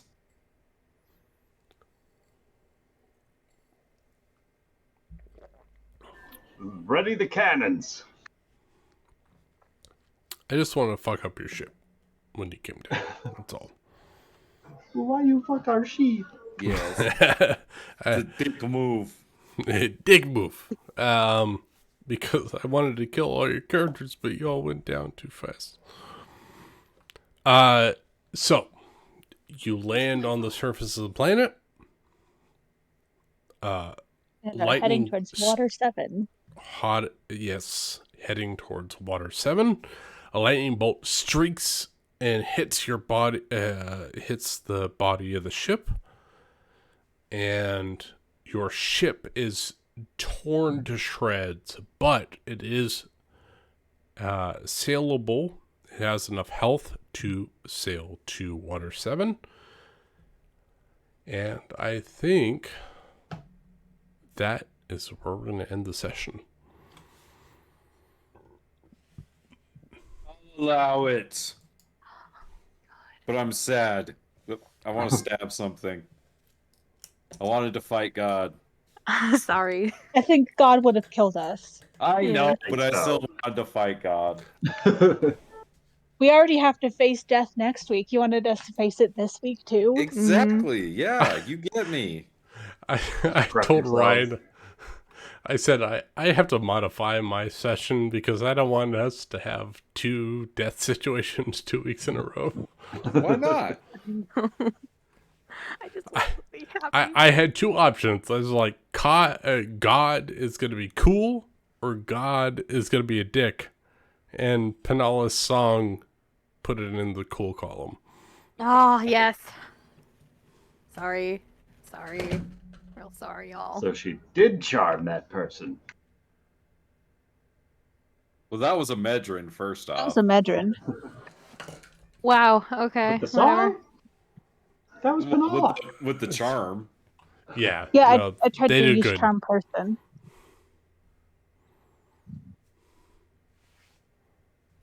Well, that was an interesting session. I'm going to have to re-listen to it because I don't remember anything. You mean anything that just happened? Nope. Why not? Off the top of my head, Oh, shit, really? I won the whole section. Session. I won the whole session. Oh my god. Well, good job. Thanks, Nick. I had fun with the ship crashing down out of the sky. I was Oh kind my of. I was God. like, all right, this is where we all die. Okay. If you all would have faced God, you would have died. And I'm glad I didn't do it tonight. But tomorrow, Well- next week, you fuckers are dead. Next week we're gonna buy a new boat. At Water 7? Next week, Oh, we're the going to buy boats. new characters. The boat's mostly fine. It's got 39 of 50 hit points still. Wait, Wait, you mean it next only week? has 50 hit points? Right? It's Yep. Scorpio wants her own boat. Like, Oh one my that is God. her boat. If we're still in the I Fortune thought we had Gold, 2 boats, though. We do Yeah, have 2 Fortune- boats. Fortune's Where's the Gold other is the only boat? one that's rated for air travel. flying. It's gliding over. down. It's at Jaya Island still. I mean, I would assume they would have... Oh, fuck. We have to get the other boat, don't we? Yeah, Ah. we'd have to go get it. Can we quickly make a U-turn and go get the boat? The fireworks, I assume, was their signal to follow. Yeah, that was totally our signal. That's It was what we definitely told- code. Pirate Yes, code. definitely. Mm-hmm. The piratiest code. That's right. Definitely part of the pirate code. Everybody for Mhm. themselves. I mean, Except not Buddy really, system. because we're all on this boat. Like, everyone's on this boat. Not true. There is the Sea Elf Aquarius, or whatever the fuck his name is. What? Yeah, there was a Didn't he sea elf. leave? He left the boat though. No, he didn't. He's Oceanus. been Oceanus. Yeah, Penala's Yeah. been teaching in common. Oh, that's right. And Boblin, Yeah, Boblin. We haven't seen him. and Curly, Mo, and Larry, Yeah. the lizard folk. Oh, that's right. And That have we- Iskari threatened to murder them if they turned tail on her. Oh yeah, that's right. Oh no. Oh God, Galileo.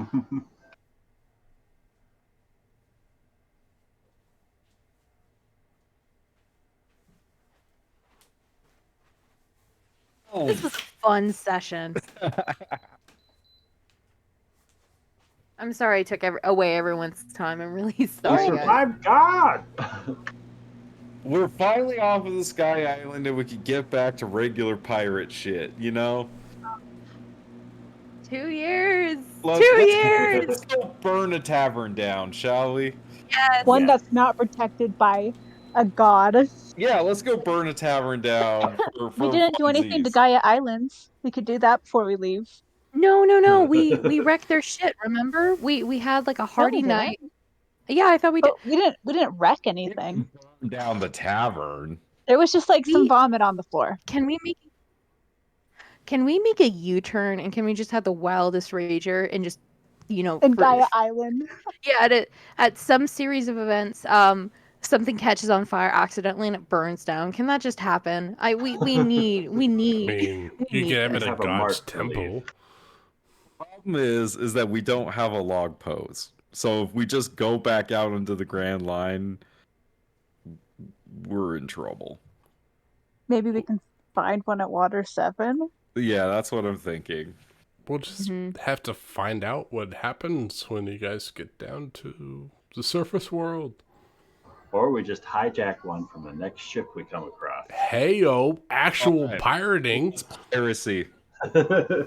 I mean, we did could forget that steal we're one actually once we pirates. get to Water 7. That's fine too. That is piratey as well. Yeah. I keep forgetting we're pirates. We are the pirates who don't do anything. We just sail around. A pirate's life for me. We don't rob a ship. We don't raise the flag.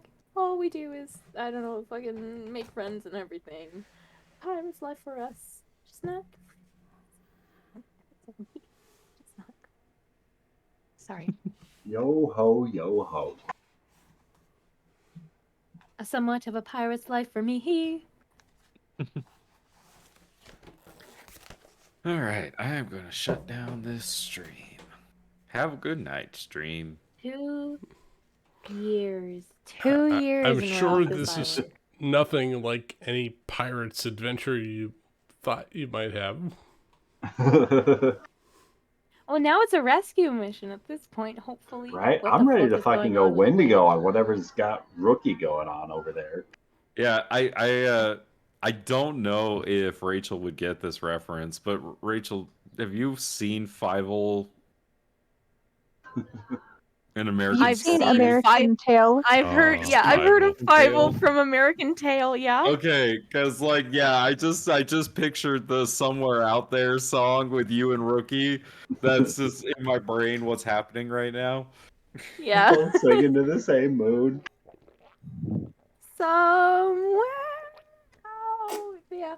I can't watch that song. It's that movie. It's too sad. That is a sad movie. Very sad.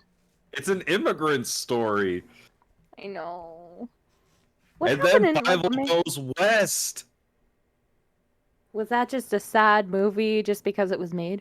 No, Fievel Goes West was awesome. Do not What shit on my childhood movies. Thank you very much. What about like American Tail 2? Didn't like the daughter That's get in? Fievel Goes West. No, I remember there were cats and That's Yeah. Fievel Goes West. no, there was Yes. Fievel Goes West. she Because was a in- part of the printing press and everything. That was in the.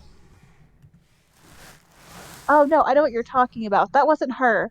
That wasn't the sister.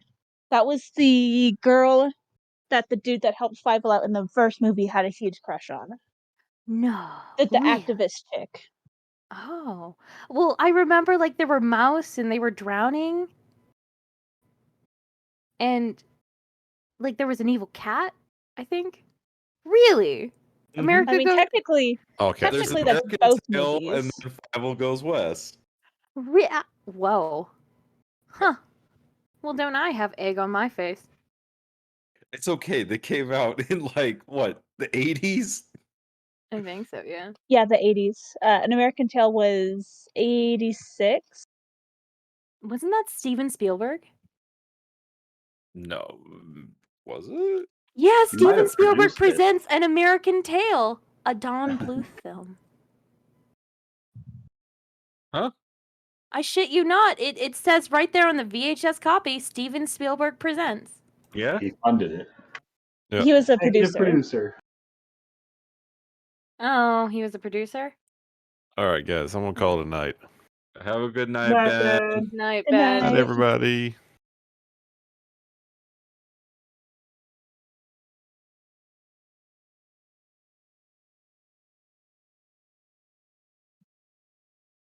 I'm probably gonna hop off as well. I do Yeah, too. me Night, too. everybody. Later, y'all. Later. Good session. Night. Yep, Can't wait to get to bye. Water 7. I'm Oh, gonna go yeah. watch One Piece. Oh my god. I mean, that's what I would do if I were you, Lucas. I'd just like start watching the Water 7 arc. I don't want to copy. I want to do my own thing. Well, I mean, just watch it for the world building, and then like you'll know the places in the town. I and love the stuff, Water and 7 arc. It's my favorite arc. That's what I'm saying. Just watch it again, get some inspiration, and come up with a story that doesn't have Frankie. You know, like that's what I mean, right? Like you can use other yeah. stuff. Yep, definitely gonna do that. Yeah. So, you got this. Let me know if you need help, though. I always need help. Well, yeah, but you come up with a story, and I can help you refine it, man. I'll see what I got. All right. I'll talk to you later, man. Bye, Nick.